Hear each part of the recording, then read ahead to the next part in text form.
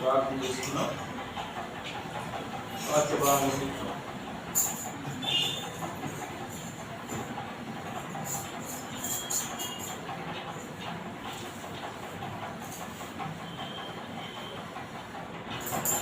ప్రార్థన. దైవ తండ్రి ప్రేమ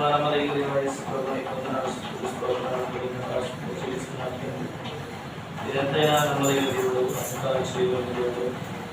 ఈరోజు ప్రభువైన అద్భుతకరమైన ఆశ్చర్యకరంగా ప్రభానైనా ఆ జీవితాలను ప్రభానైనా మీరు చేసిన వేరును బట్టి వందనాలు, రక్షణ బట్టి వందనాలయ్యా.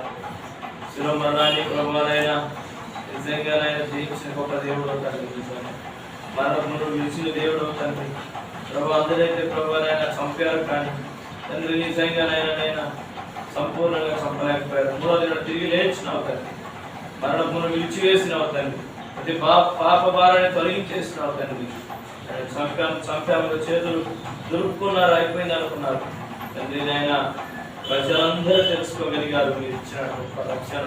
ప్రభా ప్రజలందరి కోసం ప్రభా మీరు చేసిన త్యాగాన్ని బట్టి వందనాలు, స్తోత్రాలయ్యా. నిజంగా అపవాది ఎన్నో కీర్తులు పడుతూ ప్రభా మీ బాల్య దశ నుండి కూడా ప్రభా నైనా ఎన్నో కీర్తులు పడుతూ ప్రభా నాయన నీ చిత్తం జరగకూడదని ఎన్నో ఆటంకాలు చేస్తూ వచ్చినప్పటికీ తండ్రి నైనా సాతాను యొక్క తల చితక దొక్కినందుకు నీకు స్తోత్రాలు వందనాలయ్యా. నైనా కాళ్ళ కింద శీఘ్రంగా వీళ్ళు సాతాను వచ్చినందుకు నీకు స్తోత్రాలు వందనాలు తండ్రి. సాతాను యొక్క కుయుక్తులను, సాతాను యొక్క ప్రభానైనా ప్రతి ఒక్క ప్రభా వారి కర్తలను విడిపించినందుకు నీకు స్తోత్రాలు వందనాలు తండ్రి. ప్రజలందరినీ ప్రభా ఏలుబడి చేస్తూ ప్రభా మరణ బంధకాల్లో చిక్కుకొని అందరూ ప్రభానైనా పాప బంధకాలు చిక్కుకొని ఉన్న ప్రజలు ప్రభా మాకు మోక్షం లేదా, మాకు పరలోక రాజ్యం లేదా అని మా సందిగ్ధంలో ఉన్నటువంటి ప్రజలందరి జీవితాల ప్రభా నిజంగా నీ విలువైనటువంటి రక్తాన్ని చిందించి ప్రజల కోసం ప్రభా మరణించి తిరిగి లేచినందుకు నీకు స్తోత్రాలయ్యా. నీకు వందనాలు తండ్రి. ప్రభా నాయన నీకు వందనాలు, స్తోత్రం స్తోత్రం స్తోత్రం స్తోత్రం స్తోత్రం స్తోత్రం. మరణం నిన్ను బంధించినట్టు అసాధ్యమైపోయింది అయ్యా. నీకు వందనాలు. నిన్ను నమ్మిన పిల్లలను కూడా ప్రభా నేను అదే విధంగా ప్రభు ముందుకు నడిపించగలిగిన దేవుడు స్తోత్రాలు తండ్రి. ఈ యొక్క ప్రార్థన కూడితో ఈ ఆరాధనలో ప్రభా మీరు ప్రారంభం నుండి ముగింపు వరకు మీరు ఉండండి. మీ నామానికి భయంకరంగా జరిగించారు. ఆత్మీయంగా ప్రభావములు ప్రభు బలపరచండి. చేరవచ్చిన బిడ్డల జీవితంలో గొప్ప కార్యం జరిగించండి. ప్రభాని కడుగుతున్నాడు దాసులు బట్టివాడు దేనికి పనికిరాని అయా జ్ఞాపకం తీసుకుని ప్రజలు మీ వారి వాక్యం మీద ప్రభు ప్రజలను కర్తవ్య మీరు మాట్లాడగలరు. యేసు నామములో ఆమేన్ ఆమేన్.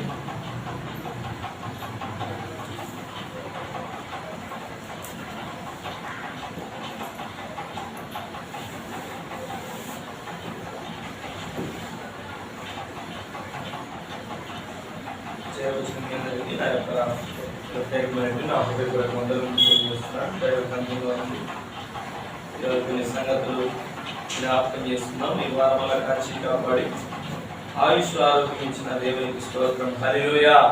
యేసయ్య నామమునకు స్తుతి కలుగును గాక, యేసయ్య నామమునకు మహిమ కలుగును గాక, యేసయ్య నామమునకు ఘనత కలుగును గాక.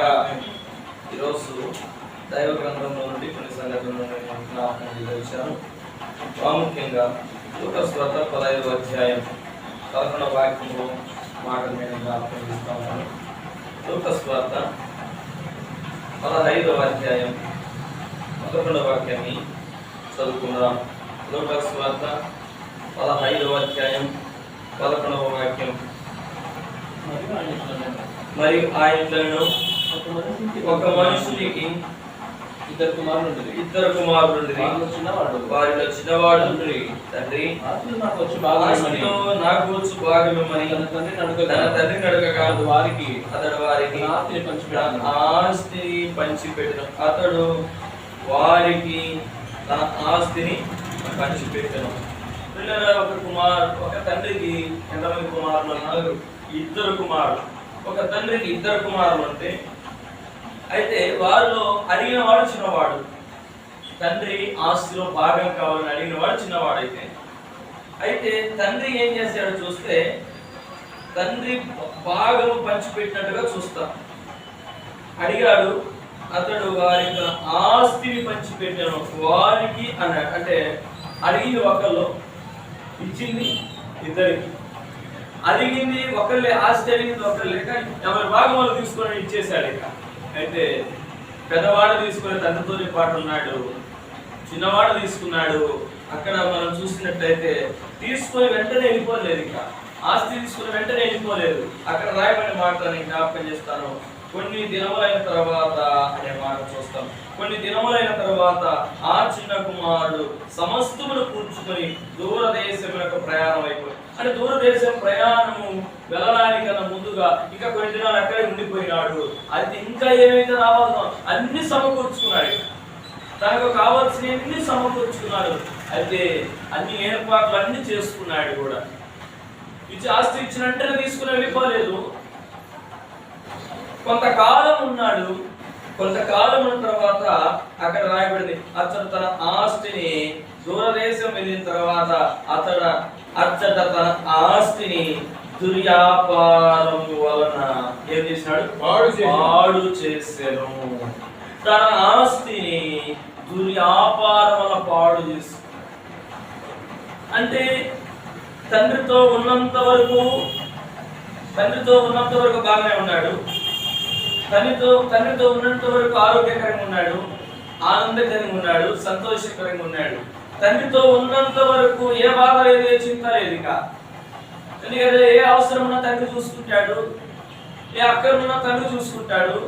అయితే దుర్వ్యాపారం చేసి చివరికి ఏమైపోయినాడంటే అక్కడ పాడైపోయినాడు. తను పాడైపోవడానికి కారణం తండ్రి నుండి వేరుగాటం ఒకటే. అయితే ఇంకొకటి వ్యాపారం, ఏం వ్యాపారం అంట? పిల్లరా, వ్యాపారాలు ఎన్నో వ్యాపారాలు ఉన్నాయి, కానీ దాన్ని దుర్వ్యాపారం చేశాడు. కొంతమంది వ్యాపారాలు చేస్తుంటారు, కానీ ఆ వ్యాపారాలలో దుర్వ్యాపారము అనేది మనిషికి అవమానాన్ని వేస్తుంది, ఆ మనిషికి నిందలు వేస్తుంది, ఆ మనిషిని సమస్యలోకి తీసుకెళ్తుంది, ఆ మనిషిని ఊపిరాడకుండా తిరగడానికి చేస్తుంది. ఇక చివరికి నా బ్రతుకెందుకు అనుకునేటట్టుగా చేస్తుంది. ప్రారంభంలో అది పాపం ఎలా ఉంటుందంటే చాలా బాగుంటుంది, కానీ ఆ పాపం పెరిగి పెద్దదై ఆ మనిషిని పట్టుకుంటుంది. అది పాప సంబంధమైన వ్యాపారము, అది లోక సంబంధమైన వ్యాపారము, అది ఎంతో నష్టాన్ని తెచ్చే వ్యాపారం, తను చేసినటువంటి వ్యాపారం. ఇంకా నేను జ్ఞాపకం చేస్తాను, దుర్వ్యాపారము వలన పాడు చేసిన తన ఆస్తి పాడైపోయింది. తన ఆస్తి పాడు కావడానికి కారణం, ఈరోజు కుటుంబాలు పాడైపోవడానికి కారణం, తన కుటుంబాలలో దేవునికి ఇష్టం లేని పనులు చేస్తూ, తండ్రికి దూరం అయిపోతూ, తండ్రి ఒక ఆలోచన మేరకు ముందుకు సాగక వారి జీవితాలు పతనం చేస్తుంది. ఈ లోకంలో మనకు కన్న తండ్రి ఎవరైతే దేవుడికి స్తోత్రం. వాక్యంలోరా మనల్ని కన్నాడు, వాక్యమైన దేవుడు. ఆ మాట జ్ఞాపకం చేస్తాను. మార్కు సువార్తలోని గ్రంథ, మార్కు సువార్త 15వ అధ్యాయంలో ఆ మాట నేను జ్ఞాపకం చేయదలిచాను. మార్కు సువార్త 16వ అధ్యాయం 19వ వాక్యం. ఇలాగ ప్రభువైన యేసు వారితో మాట్లాడిన తర్వాత పరలోకమునకు చేర్చుకొనబడి దేవుని కుడి పార్శ్వమున ఆసీనుడాయెను. ఎక్కడున్నాడు? దేవుని కుడి పార్శ్వమున. అది యోహాను సువార్తలో చూస్తాం. యోహాను సువార్త 1వ అధ్యాయం 1వ వాక్యం. నాది యందు వాక్యం ఉండెను, వాక్యము దేవుని యొద్ద ఉండెను. ఎక్కడ ఉంది వాక్యము? దేవుని యొద్ద. ఇప్పుడు మార్కు సువార్త 16వ అధ్యాయం 19వ వాక్యం చూస్తాం. దేవుని కుడి పార్శ్వమున ఆసీనుడాయెను. అంటే దేవుని కుడి పార్శ్వమున ఆసీనుడైనాడు. ఇక్కడ మనం చూస్తే యోహాను సువార్తలో చూస్తే వాక్యము దేవుని యొద్ద ఉండేది. అదే మాట, ఆ వాక్యము శరీరధారి కృపా సత్య సంపూర్ణ మన మధ్యలోనికి వచ్చును. 14 వాక్యం. ఆ వాక్యమైన దేవుడు శరీరాన్ని ధరించుకొని కృపా సత్య సంపూర్ణ మన మధ్యలోనికి వచ్చాడు. వాక్యమైన దేవుడు తండ్రి అయిన దేవుని కృపాసనంలోకి వెళ్ళిపోయాడు. ఈరోజు నేను జ్ఞాపకం చేసుకుంటా ఉన్నాను యేసు క్రీస్తు ప్రభువు గురించి. ఎందరో ఈరోజు ప్రభువును ఆరాధించడం కోసం, ప్రభువును స్తుతించడం కోసం దేవుని మందిరాలు వచ్చే ఎందరో కనపరుస్తున్నారు, మహిమపరుస్తున్నారు. ఆయన ఇచ్చిన రక్షణను బట్టి, ఆయన ఇచ్చినటువంటి ఆ ప్రత్యక్షతను బట్టి పిల్లారా. అయితే నీవు నేను మనము ముందు ఎటువంటి స్థితిలో ఉన్నామో ఆ మాట నేను జ్ఞాపకం చేస్తా ఉన్నాను. అందుకే లోకస్వార్తలో మనం చూసాము 15వ అధ్యాయంలో ఒక తండ్రికి ఎంతమంది కుమారులు ఉన్నారు? 2 ఉన్నారని. అయితే చిన్నవాడు నాకు వచ్చి బాగా మిమ్మల్ని అడిగినప్పుడు తండ్రి ఏమాత్రం వద్దు అని చెప్పకుండా, వద్దు అని చెప్పినట్టుగా మనకు అక్కడ కనపడలేదు. కానీ ఇవ్వకుండా నిరాకరించినట్టు మనకు కనపడదు. కానీ ఇచ్చేస్తారు, ఆస్తిని పంచి ఇచ్చేశారు. అంటే తండ్రి ఉద్దేశం అంటే ఎప్పటికైనా నా కుమారుడు రాకపోతాడా, ఎప్పటికైనా తెలుసుకోకపోతాడా? అయితే ఎప్పుడు తెలుసుకున్నాడంటే బుద్ధి వచ్చినప్పుడు అని మాట. అంటే అజ్ఞానంగా ప్రవర్తించినప్పుడు ఏమి బలవంతమేమి చేయలేదు, ఏమాత్రం కూడా ఆ తండ్రి ఏమాత్రం ఏమి చేయలేదు కూడా. అందుకే దేవుని వాక్యం నేను జ్ఞాపకం చేస్తాను. సామెతల గ్రంథంలో 23వ అధ్యాయం 13వ వాక్యం చదవండి పిల్లరా. సామెతల గ్రంథం 23వ అధ్యాయం 13వ వాక్యం. సామెతల గ్రంథం 23వ అధ్యాయం 13వ వాక్యాన్ని మనం చూసినట్లయితే, నీ బాలును శిక్షించుగా మానకొనకము, వ్యర్థముతో వాని కొట్టిన యెడల వాడు చావకూడదు. వ్యర్థము వాడాలి. 14వ వాక్యం చదవనా. వ్యర్థముతో వాని కొట్టిన యెడల పాతాళమునకు పోకుండా వాని ఆత్మను నీవు తప్పించావు. అంటే వ్యర్థము వాడాలి. చాలా మంది వ్యర్థానికి బదులు ఏం వాడతారు? నోరు వాడతారు. నోరు కాదు. అంటే బాలుని పెంచాలి, సరైన మార్గంలో పెంచాలి, పెద్దవాడి పెంచాలి. అది పెరిగి పెద్దవాడిని ఇప్పుడు దాని నుండి తొలగిపోవడం. ఇంకొక మాట నేను జ్ఞాపకం చేస్తాను. సామెతల గ్రంథం 22వ అధ్యాయం 3వ వాక్యం.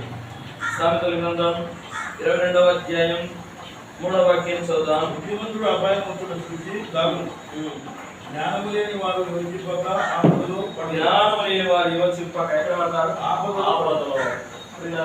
ఈ చిన్న కుమారుడు ఒక ఇష్టానుసారమైన ఆలోచన చేసి తన మనసు వచ్చినట్టు వెళ్ళిపోయాడు. ఇది తండ్రికి ఇష్టమా లేదా, ఇలా నేను వెళ్తే నాకు అక్కడ క్షేమమా లేదా అంటే తండ్రిని ఒక మాట కూడా సలహా తీసుకోలేదు. ఎవరి సలహా తీసుకున్నాడంటే స్నేహితుల ఆలోచన తీసుకున్నాడు. తర్వాత తన సొంత ఆలోచన తీసుకున్నాడు.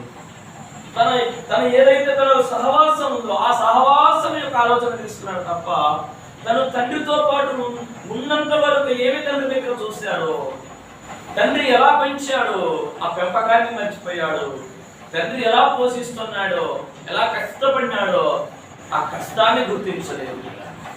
తండ్రి ఎంత కష్టపడి చెమటోర్చి సంపాదించడానికి ఆస్తి ఇచ్చాడో ఆ ఇచ్చిన ఆస్తిని తీసుకొని ఎంజాయ్ చేయడానికి వెళ్ళాడే కానీ ఈ ఆస్తి ఎలా వచ్చింది, ఎలా కష్టపడినాడు అని దాని గురించి ఏమాత్రం ఆలోచన చేయలేదు. ఇంకొక మాట నేను జ్ఞాపకం చేస్తాను. 22వ అధ్యాయం 6వ వాక్యం. సామెతల గ్రంథంలో 22వ వాక్యం. బాలుడు నడవవలసిన త్రోవను వారికి నేర్పుము, పెద్దవాడైనప్పుడు దాని నుండి అంటే పెద్దవాడైనప్పుడు దానిని తొలగిపోతున్నాడు. అంటే బాలుడుగా ఉన్నప్పుడు మనకి సరైన మార్గంలో నేర్పలేదు అని అంటారు. నువ్వు చిన్ననాటి నుండి కూడా నన్ను దేవుళ్ళ భయభక్తులను పెంచితే, తల్లిదండ్రులుగా మందిరానికి వెళ్తూ దేవుని పిల్లలను కూడా మందిరానికి నడిపించి దేవుని ఎందుకు భయభక్తులు కలిగి పెంచితే వాళ్ళకి జ్ఞానం వస్తుంది. ఎందుకంటే దేవుడే జ్ఞానం ఇచ్చేవాడు. దేవునికి స్తోత్రం. యెహోవాయే జ్ఞానం ఇచ్చేవాడు. యెహోవాకి ఉండే దేవుడు, చూసే దేవుడు, మాట్లాడే దేవుడు కలిగి. ఈరోజు ఇంకొక మాట నేను జ్ఞాపకం చేస్తాను. బాలుడు నడవలసిన త్రోవను వారికి మనం నేర్పాలి. ఎప్పుడైతే మనం నేర్పడానికి ఇష్టపడతా ఉన్నామో, ఒకవేళ నేర్పుతున్నప్పుడు ఒకవేళ పొరపాటు జరిగితే మనం ఏం వాడాలి? బెత్తం వాడాలన్నాడు. బెత్తము వాడాలి. బెత్తం వాడి మరి సరైన రీతిలో అని ముందుకు నడిపించాలి. పిల్లరా జ్ఞానము దేవుడు ఇస్తాడు. దేవుని మందిరంలోకి తీసుకొచ్చి దేవుని యందు భయభక్తులు కలిగి దేవుని ఆరాధిస్తూ, దేవుని స్తుతిస్తూ, దేవుని దగ్గర కనపరుస్తూ, దేవుని మహిమపరుస్తూ, దేవుని మార్గంలో సాగిన పిల్లలను దేవుడు చెయ్యి విడిచిపెట్టాడు. ఆపదలు వచ్చిన ఆపదలో దేవుడు విడిపించే దేవుడు అని జ్ఞాపకం చేశాడు. ఎన్ని శ్రమలు వచ్చిన దేవుడు విడిపించే దేవుడు, ఎన్ని కష్టం వచ్చిన విడిపించే దేవుడు, ఎన్ని ఉపద్రవం వచ్చిన దేవుడు విడిపించే దేవుడు. అయితే మనం పరిచయం చేయాల్సింది దేవుని పరిచయం చేయాలి. ఇంకొక మాట నేను జ్ఞాపకం చేస్తాను. సామెతల గ్రంథం 21వ అధ్యాయం 5వ వాక్యం చూద్దాం. శ్రద్ధగా వారి యోచన లాభకరములు, తాలిమి లేక పనిచేయ వానికి నష్టమే.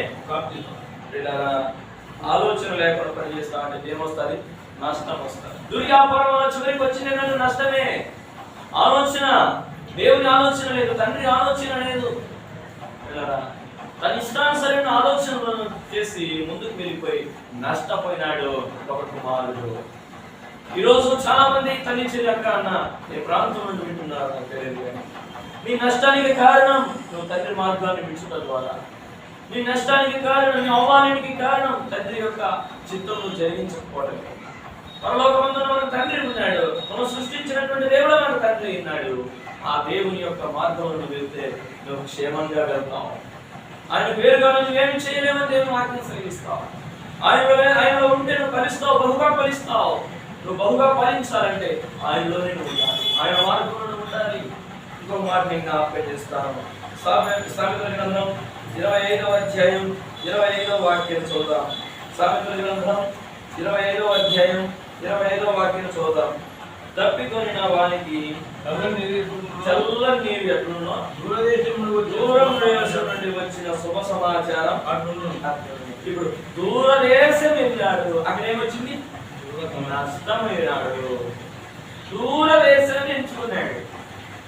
చిన్న కుమారుడు ఎంచుకున్న మార్గం చాలా దూర దేశం, చాలా దూర ప్రాంతాన్ని ఎంచుకున్నాడు. ఎందుకని మన వారు ఎవరు ఉన్నారు, తను ఏమి చేసినా ఎవరు తన తండ్రికి ఎవరు చెప్పారు.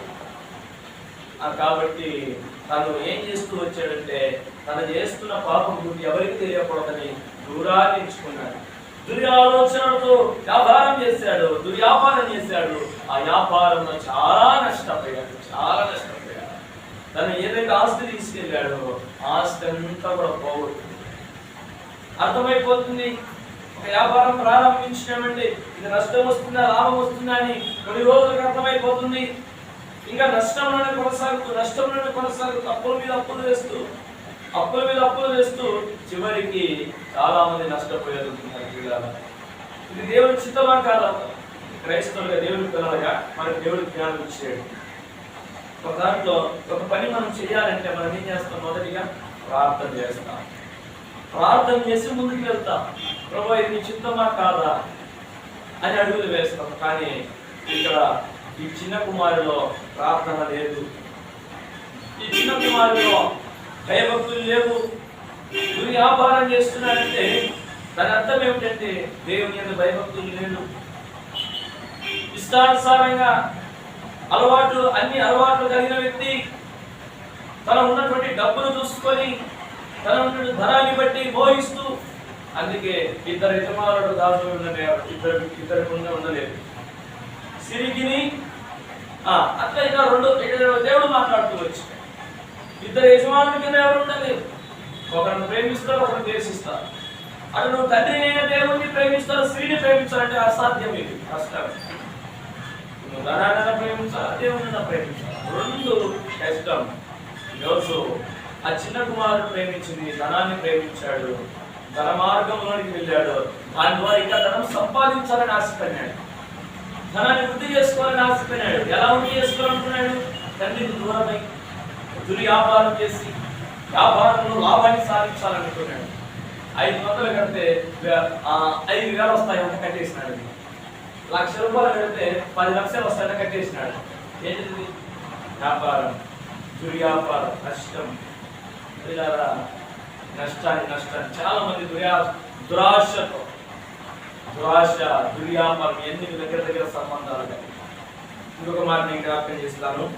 సామెతల గ్రంథంలో నుండి 21వ అధ్యాయం 5వ వాక్యం చూద్దాం. సామెతల గ్రంథం 21వ అధ్యాయం 5వ వాక్యం, శ్రద్ధ గల వారి యోచన లాభకరము, తాళమి లేక పనిచే వారికి నష్టమే ప్రాప్తి. అంటే శ్రద్ధగా పని చేస్తే లాభం వస్తుంది. అంటే ఇతను నష్టపోతున్నాడంటే పని మీద శ్రద్ధ లేదు అర్థం. అతనికి పని మీద శ్రద్ధ ఉంటే, తను చేసే వ్యాపారంలో శ్రద్ధ ఉంటే, అక్కడ నష్టాలు వస్తే వెంటనే ఏం చేస్తాడు? దాని నష్టాన్ని బదులుగా మన లాభం వచ్చే విధంగా మార్చుకుంటాడు. అయ్యో ఇది నష్టం వస్తుంది, ఇది వద్దని మార్చుకుంటాడు, వ్యాపారాన్ని మార్చుకుంటాడు, ఆ ప్లేస్లోనే మార్చుకుంటాడు. ఆ స్థలాన్ని వ్యాపారం ఎక్కడ ఏ స్థలంలో పెట్టాడో ఆ స్థలంలో తీసి ఇంకొకసారి మార్చుకుంటాడు. ఇక్కడ సరిగ్గా జరగట్లేదని, లేదా నేను చేసిన ఐటమ్స్ సరిగా లేదని మన ఐటమ్స్ అన్నా మార్చుకుంటారు, లేదా ఆ వంట రాష్ట్రంలోనే మార్చుకుంటారు. అంటే అక్కడ మార్చుకోవాల్సింది ఏదో ఉంటుంది, కానీ శ్రద్ధ కలిగిన వాడు చేస్తాడు. అయ్యో నష్టం వచ్చింది, ఈరోజు ఏ రోజు కదా చూసుకుంటారు, బిల్లు చూసుకుంటారు, ఈరోజు ఎంత పెట్టుబడి పెట్టాం, సాయంత్రానికి ఎంత వచ్చేసింది, అయ్యో నష్టం వచ్చిందా, ఒక రోజు చూస్తాం, 2 రోజులు చూస్తాం, 3 రోజులు, ఒక వారం చూస్తాం, నెల చూస్తాం, ఇంకా నష్టం వస్తూనే ఉంటే ఆ స్థలంలో తీసి ఏ జ్ఞానం కలిగిన వ్యక్తులైనా మార్చేస్తారు. ఎందుకు? మన వ్యాపారం పెట్టింది ఎందుకు? లాభం కోసం. నష్టం వచ్చిందని ఎందుకు చేయాలా అని. అయితే ఇక్కడ మనం చూస్తాం పిల్లరా, 21వ అధ్యాయం 5వ వాక్యము రాయబడినటువంటి మాట మనం చూస్తాం. శ్రద్ధ గల వారి యోచన లాభం. అంటే శ్రద్ధ కలిగి ఉంటే లాభం వచ్చేది, శ్రద్ధ లేదు, చివరికి ఏమైపోయినాడు? వ్యాపారం నష్టపోతున్నాడు. శ్రద్ధ లేదు. మనం చేస్తున్నటువంటి పనులు మనం శ్రద్ధ కలిగి చేస్తే ఐశ్వర్యవంతులుగా దేవుడు మారుతాడు. దేవునికి స్తోత్రం. శ్రద్ధ కలిగి మనం పని చేయాలి పిల్లరా, శక్తి లోపం లేకుండా పని చేయాలి పిల్లరా. ఇంకొక మాట రాయబడింది, ఇంకొక మాట జ్ఞాపకం చేస్తారు అక్కడే 5వ వాక్యం, తాళమి లేక పనిచే వారికి నష్టమే. అంటే ఆలోచన లేకుండా పని చేయడానికి వెళ్తే నష్టమే ప్రాప్తిస్తుంది. ఒక సరైన విధానంలో ఒక గైడెన్స్ తీసుకోకుండా, ఒక ఆలోచన విధానం తీసుకోకుండా ఈ మార్గంలోకి వెళ్తే నాకు ఎట్లాంటిది?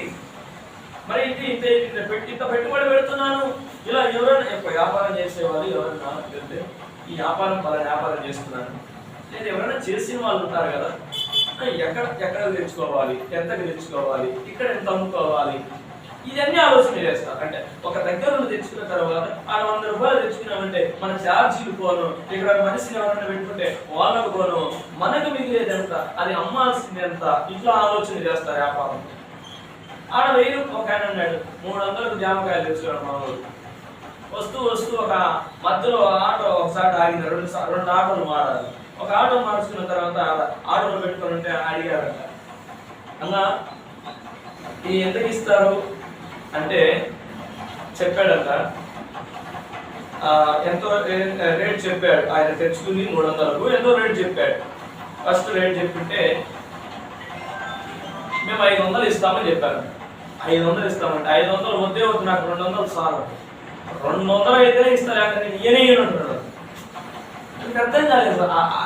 అంటే తెచ్చుకునేంత 300కు ఇంకా ఛార్జీలు పోయినాయి, వచ్చేటప్పుడు పోయేటప్పుడు ఛార్జీలు పోయినాయి, మళ్ళా ఇంకా ఎంత ప్రయాణం ఉంది, 200 ఇస్తా, లేకపోతే ఈయన అంటున్నాడు. అంటే ఎక్కువ అమౌంట్ అనుకుంటున్నాడు, 200 అనేది ఎక్కువ అమౌంట్ అనుకుంటున్నాడు. అడిగినంత 500 అడిగినారు, అంటే 200 లాభం వచ్చేటట్టే వాళ్ళు అడిగినారు. కానీ మనిషి మాత్రం 200కే ఇస్తా, లేకపోతే నేను ఈయన అంటున్నాడు. అలా సంతోషం 200 ఇచ్చి తీసుకుని వెళ్ళిపోయారు. ఏమొచ్చింది ఇప్పుడు? లాభం వచ్చిందో నష్టం వచ్చింది? ఇంటికి వచ్చినాక నువ్వు తెచ్చిన వ్యాపారమే అంటే అసలు కాయలు పండ్లు తెచ్చాలని పోయిన కదంటే అక్కడే అమ్మేసి వచ్చినాడు. ఎంత కొన్నాడు? 300. మరి ఎంత కమ్మినట్టు 200కి ఇచ్చేసిన ఈయనంటుంటే వాళ్ళు బతినాడు తీసుకున్నారు.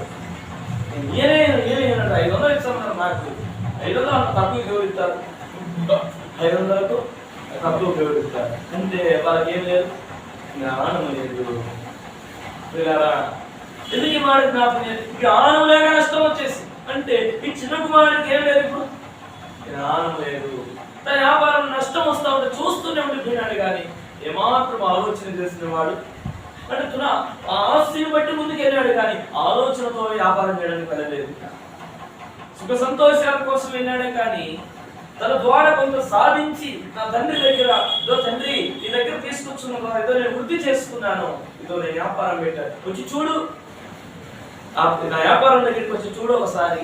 ఇలా లేదు. కానీ తండ్రితో పూర్తిగా వేరైపోయినాడు, తండ్రితో సంబంధం లేదు అసలు. ఇక ఎంత నష్టపోయినాడు. తన నష్టానికి కారణం పూర్తిగా సంబంధాలు తెంపుకోవడమే. ఒక నష్టానికి కారణమైతే తల్లిదండ్రులకు లోబడకపోవటం కూడా అదొక నష్టాన్ని తెలుసుకున్నాడు. దేవుని వాక్యం సెలవిస్తాను, తల్లిదండ్రులు ఏం చేయాలంట? సన్మానించాలి. దేవునికి స్తోత్రం. హల్లెలూయా. అంటే తల్లిదండ్రులను సన్మానించేదని కూడా తల్లిదండ్రులు లోబడిందేదానికి బదులుగా తండ్రి అయినటువంటి దేవుడు కూడా నిన్ను నన్ను ఈ వాక్యం ద్వారా సంధిస్తామని మాట్లాడుతున్నాడు. ఎంత ప్రేమ కలిగిన దేవుడు మనం గుర్తుపెట్టుకోవాలి. మనం ఆయన దూరం అయిపోయినా కూడా మనకు అక్కర్లేదు లేపో అని మనం దూరం అయిపోయినా కూడా ఆయన ఎదురు చూస్తూనే ఉన్నాడు. ఈ చిన్న కుమారుడైతే ఎంతో నష్టపోతా ఉంటే ఈ చిన్న కుమారుడు యొక్క తండ్రి చూస్తూనే ఉన్నాడు. ఇన్ని రోజులు ఎదురు చూస్తున్నాడు. నా కుమారుడికి ఆలోచన లేదే, జ్ఞానం లేదే, చదువు లేదే, వాడు ఎలా బ్రతుకుతాడో ఏమోనే, కనీసం వాడికి జ్ఞానం ఉన్నా బ్రతుకుతాడు కానీ జ్ఞానం లేదే, వాడు మట్టి పురుగే, వాడికి అసలు ఎట్లా బ్రతకాలో వాడికి తెలియదే, దూర దేశాన్ని ఎంచుకొని వెళ్ళిపోయాడే అని ఎక్కడైనా ఎప్పుడైనా వస్తాడేమో ఎదురు చూస్తూనే ఉన్నాడు తండ్రి. పిల్లల తండ్రి. ఆ విధంగానే మన పరలోకంలో ఉన్న తండ్రి కూడా ప్రజలందరూ కూడా ఆయన వైపు వస్తారని ఆయన ఎదురు చూస్తూనే ఉన్నాడు. చిన్న కుమారుడు ఏ విధంగా దూరంగా వెళ్ళిపోయినాడు, మనం కూడా పాపం చేత అపరాధముల చేత చచ్చిన వారి దేవునికి దూరం అయిపోయినాం. ఆయన చేయి నుండి దూరం అయిపోయినాం, ఆయన సహవాసం నుండి దూరం అయిపోయినాం, ఆయన సంఘం నుండి దూరం, ఆయన వాక్యం నుండి దూరం అయిపోయినాం, ఆయన యొక్క విశ్వాసం నుండి దూరం అయిపోయాం, ఆయనలో సహకరించి మనం దూరం అయిపోయిన వారిని మన దగ్గర చేయడానికి యేసుక్రీస్తు ప్రభువు మధ్యవర్తిగా రావాల్సి వచ్చింది. ఆయన శిలువ బలియాగం అందుకే జరిగింది. జ్ఞానం లేని వారికి జ్ఞానం ఇచ్చేవాడు ఆయన్ని, బుద్ధి లేని వారికి బుద్ధి ఇచ్చేవాడు, తెలివి లేని వారికి తెలివి ఇచ్చేవాడు, ఎన్నిక లేని వారిని ఎన్నిక చేసుకున్నది ఆయననే. ఆ ప్రభు అయిన క్రీస్తు నిన్ను నన్ను తండ్రి దగ్గరికి చేర్చాలని, జ్ఞానం లేని మనల్ని, ఎన్నిక లేని మనములను తండ్రి దగ్గరికి చేర్చడం కోసం ఆయన మన కోసం ఒకరికి రావచ్చు.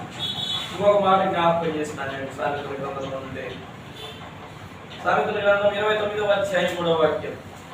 సామెతల గ్రంథం 29వ అధ్యాయం 3వ వాక్యం చదువుతాం. జ్ఞానమును ప్రేమించువాడు తన తండ్రిని సంతోషపరచును, వేశ్యలతో సాంగత్యం చేయవాడు ఆస్తిని పాడు చేయడు. ఇప్పుడు ఆస్తి పాడవడానికి కారణం ఇదేంటంటే ఇక్కడ అది వేశ్య సాంగత్యము. ఒక వ్యక్తి ఆస్తి నష్టపోవడానికి అంటే ఇక్కడ రాయమైన వేశ్యలతో సాంగత్యం చేయడం, తన ఆస్తిని పాడు చేసుకుంటాడు. అన్ని విషయాలను తప్పిపోతూ వచ్చాడు. సహవాసం తండ్రి సహవాసం నుండి కోల్పోయాడు. సాంగత్యం చేయకూడని వారితో సాంగత్యం చేయడానికి వెళ్ళిపోయాడు. తన ఆస్తి చివరికి నష్టాల పాల్గొల్పు వచ్చేసాడు. ఆస్తి అంతా కోల్పోతూ వచ్చాడు. సహవాసం వీడిపోయాడు. ఇంకొక మాట జ్ఞాపకం చేస్తాను అక్కడే. అయితే జ్ఞానమును ప్రేమించేవాడంట తన తండ్రిని ఏం చేస్తాడంట? తండ్రిని సంతోషపరుస్తాడు. తండ్రి సంతోషపడే విధంగా బ్రతుకుతాడు. ఎవరంటే జ్ఞానము అనగా దేవుడిని ప్రేమిస్తూ దేవుడిని ప్రేమించాలి. జ్ఞానం ఎవరు? దేవుడే జ్ఞానం ఇస్తున్నాడు. దేవుడు ఎవరైతే ప్రేమిస్తా ఉన్నారో తన సంకల్పం చొప్పున పిలవన్న వారికి మేలు కలుగుటకై సమస్తము సమకూడి జరుగుతున్న దేవుని వాక్యం సాగిస్తుంది. సమకూడి జరిగించేవాడు దేవుడే. ఎవరైతే దేవుని మార్గంలో వెళ్తా ఉన్నారో వాళ్ళని దేవుడే కాపాడుతారు. వారి ప్రతి అవసరతలు దేవుడు తీసుకొస్తాడు. వారు ఏది ఎక్కడ అలాగే దేవుడు తీసుకొచ్చి ముందు ఉంచుతాడంటే దేవుని యందు పెరుగుతున్నటువంటి వందనాలమ్మా, వందనాలు కూర్చేయను. కాబట్టి ఈ యొక్క మధ్యాహ్న సమయంలో జ్ఞానమును ప్రేమించువాడు తన తండ్రిని సంతోషపరచును. తన తండ్రి సంతోషపడడానికి కారణపడవుతాడు. తన తండ్రిని ఆనందించడానికి కారణపడవుతాడు. ఇంకొక మాట నేను జ్ఞాపకం చేస్తాను. లూకాసు వార్త 15వ అధ్యాయంలో 10వ వాక్యం చదువుతాం పిల్లలా. లూకాసు వార్త 15వ అధ్యాయం 10వ వాక్యం. సంతోషం అనే మాట అక్కడ మనం చూస్తాం. అటువలే మారు మనసు పొందు ఒక్క పాపి విషయమై దేవుని దూతల ఎదుట సంతోషము కలుగునని మీతో చెప్పుచున్నాను. ఎక్కడ సంతోషం అంట? దేవుని దూతల ఎదుట సంతోషం. ఎవరి ద్వారా? ఒక్క పాపి విషయమై, ఒక్క పాపి మారు మనసు పొందితే దేవుని దగ్గర సంతోషం. దేవుడి దూతల దగ్గర సంతోషపడతా ఉంటాడు. దేవుని దూతల దగ్గర దేవుడు సంతోషపడతా ఉంటాడు.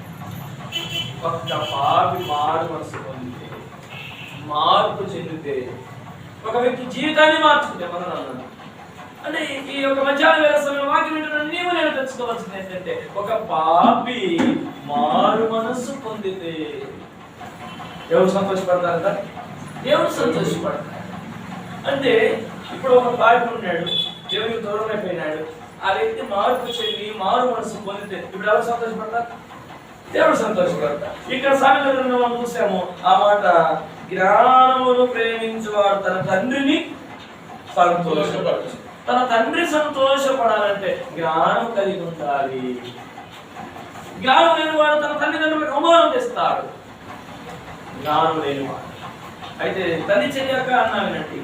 ఈరోజు నీకు జ్ఞానం ఉన్నట్టయితే నువ్వు రక్షణ ఉండాలి. రక్షణ రక్షణ ఇంకో మాట జ్ఞాపకం చేస్తాను.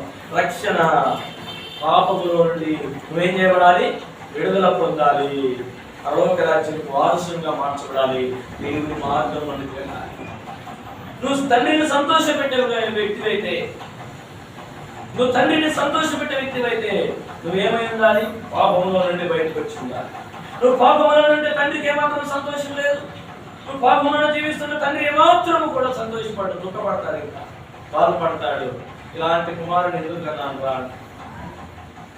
ఇలాంటి కుమారుడు అసలు పుట్టకపోయింటే బాగుండేది. అసలు ఊరికి నాకు లేకపోయినా బాగుండేది. అలా కొట్టాలని పిలిచినా బాగుండేది. కానీ ఎక్కడైనా దారులు వెళ్తుంది. ఇదిగో నీ కుమారుడు ఇలా పాడైపోయాడు, ఇలా పక్కన అయిపోయాడు, ఇదిగో తాగి అలా పడిపోయాడు, ఇదిగో నరహత్య చేస్తూ, ఇలా వ్యభిచారం ఉన్నాడు, ఇలా చెడు సహవాసం ఉన్నాడు. అలా దారి పొడుగునంతా ఉంటుంటే తన మనస్సు ఎంత గాయపరచబడుతుంది. ఇదిగో నీ కుమారుడు అందులో మంచి ప్రైజ్ సాధించారంట. ఇదిగో నీ కుమారుడు 10 మంది పెద్దలలో కూర్చొని న్యాయవాదిగా కూర్చున్నాడంట. ఇదిగో 10 మందిలో అదిగో ఆ మంచి జాబ్ చేస్తున్నాడంట. ఇదిగో 10 మందిలో ఒక ఉన్నతమైన స్థాయిలో ఉన్నాడంటే అదుపు లేని వాడు తన తల్లికి అవమానము తెచ్చును అని రాయదు. అదుపు లేని వాడు తన తల్లికి ఏం చేస్తాడంట? అవమానం చేస్తాడు. అంటే ఈ చిన్న కుమారుడు దూరం వెళ్ళి తన తండ్రికి ఏమి చేస్తున్నాడంటే అవమానం చేస్తున్నాడు. ఎవరి మీద అడుగుతారు ఎవరైనా కూడా. ఏ కుమారుడు ఎవరైనా కూడా ఎవరయ్యా అంటాడు. అంత ఇష్టపడతాడు, వ్యాపారం పెట్టాడు, ఎక్కడి నుంచి వచ్చినాడు? చాలా దూరం నుంచి వచ్చినాడయ్యా. మరి ఏం చేస్తాడు? వ్యాపారం చేస్తాడు, నష్టపోయినాడు. ఆ తల్లిదండ్రుల పేరు ఏం పేరు అని అడుగుతారు. అంటే ఫలానా తల్లి ఫలానా తండ్రి ఏం చేసేవాళ్ళు అంటే ఆ తండ్రి దగ్గర చాలా మంది పనివారు ఉన్నారంట. ఎంతమంది అనుకుంటారు? ఏం కర్మ కట్టింది, ఇంత దూరం చూసి అకసాక పడుతున్నాడు. తండ్రి కాడ అంతమంది పని ఉన్నారు కదా, ఏదో తండ్రి చెప్పిన పని కాదు, ఏదో చేసుకుంటూ ఇల్లు చూసుకుంటా ఉండక తండ్రి బాధ్యత ఏదో తండ్రి దగ్గర ఏదో పని చేసుకుని ఉండక ఇంత దూరం ఎందుకు వచ్చినట్టు అంటారు. మా భాషలో ఏమంటారంటే వీడికి బాగా పోగొట్టి వచ్చినట్టు అంటారు. మాకెళ్ళి అంటే తల్లిదండ్రుల వాటినప్పుడు వచ్చినాడంటే వీడి ఎంత అడ్డమూడైతే వచ్చుంటారు. అంతమంది ఆయన పని వాళ్ళు ఉన్నారంట. అంతమందిని పని పెట్టి చేపించేవాడు ఆయన. అంటే ఇతనే కొంచెం గర్విస్తే అహంకారంతో ఏం చేసినాడు? వచ్చుంటారులే, అందుకే అనుభవిస్తున్నాడు అంట. అంటే తను వేసుకున్నది తాను మీదే పడింది అంటారు. ఇక చివరికి ఇక్కడ రాయబడింది ఏంటంటే అంటూ అంటే ఏమంటారంటే సరిగా పెంచలేదు అంటారు. ఇక లాస్ట్ ఏమంటారంటే తల్లిదండ్రులు సరిగా పెంచలేదు అంటే ఎవరికి వచ్చి తల్లిదండ్రులు వచ్చేది. కానీ వీడు చేసిన పొరపాటు బట్టి ఎవరికి వచ్చింది ఆ చెడ్డ పేరు? తల్లిదండ్రులకు వచ్చేసింది. అందుకే ఇక్కడ రాయబడింది సామెతల గ్రంథం 29:15 అదుపు లేని బాలుడు తన తల్లికి అవమానం చేస్తాడు. తల్లిదండ్రులు అవమానం పట్టడానికి కారణం కుమారుడే. కుమారుడు ఏ రోజుల్లో దేవుడు మనల్ని బట్టి అవమానం పడకూడదు. ఎవరి కుమారుడు? దేవుడి కుమారుడు. అంటే నిజంగా దేవుడి పిల్లలు ఏం యాపించాడయ్యా అంటే మనకి వాక్యంలో పెంచుతూనే ఉన్నాడు, వాక్యంతో నడిపిస్తున్నాడు. ఎలా పెరగాలో ఆయన నేర్పిస్తాడు, ఎలా బ్రతకాలో ఆయన నేర్పిస్తున్నాడు. ఆయన మార్గంలో వెళ్తే ఆయనకు సంతోషం, ఆయనకు అందరూ కూడా పొగుడుతారు. బలి పెంచారు అంటారు. ఒకవేళ నష్టపోతే మనం ఒకవేళ నష్టాలు పాలైతే మన సొంత ఆలోచనతో మనం నష్టపోతున్నాం. అది మనమే చాలా ఉంది దేవుడు నమ్ముకున్నాడు కానీ ఎందుకు నష్టం వచ్చిందంట అంటే వాళ్ళు పేరుకు నమ్మినాడే కానీ హృదయంలో దేవుని గురించి ఆలోచన ఉంటాం. పేరుకు పై భక్తిని ప్రదర్శించిన లోపల దేవుని శక్తి ఉండదు. కానీ దేవుడు నమ్ముకున్నాడు కదా ప్రార్థన నష్టం ఎందుకు వచ్చిందంటారు అంటారు. ఎవరు నమ్ముకున్నాడు? నష్టం ఎందుకు వచ్చింది అంటే ఇల్లు నష్టపోతాడు. ఎవరికి అవమానం పెట్టుకున్నాడు? దేవునికి అవమానం. అంటే మనము చేసే ప్రతి పనిలో కూడా దేవుని నామానికి మహిమ వచ్చేటట్టుగా మనం జాగ్రత్తలు తీసుకోవాలి. మన కుటుంబం ఎక్కడ చిదిరిపోయినా, ఎక్కడ పాడైపోయినా, ఎక్కడ ఏదైపోయినా, ఏ నష్టం వచ్చినా చివరికి ఎవరైనా ఆయన అంటారు. ఎందుకంటే ఆయనకు అవమానం తెచ్చేటట్టుగా మనం ఉండకూడదు. అందుకే రాయబడి అదుపు ఏని బాడు తన తల్లికి అవమానం. అంటే మనం అదుపు తప్పిపోతే నష్టమే వస్తుంది.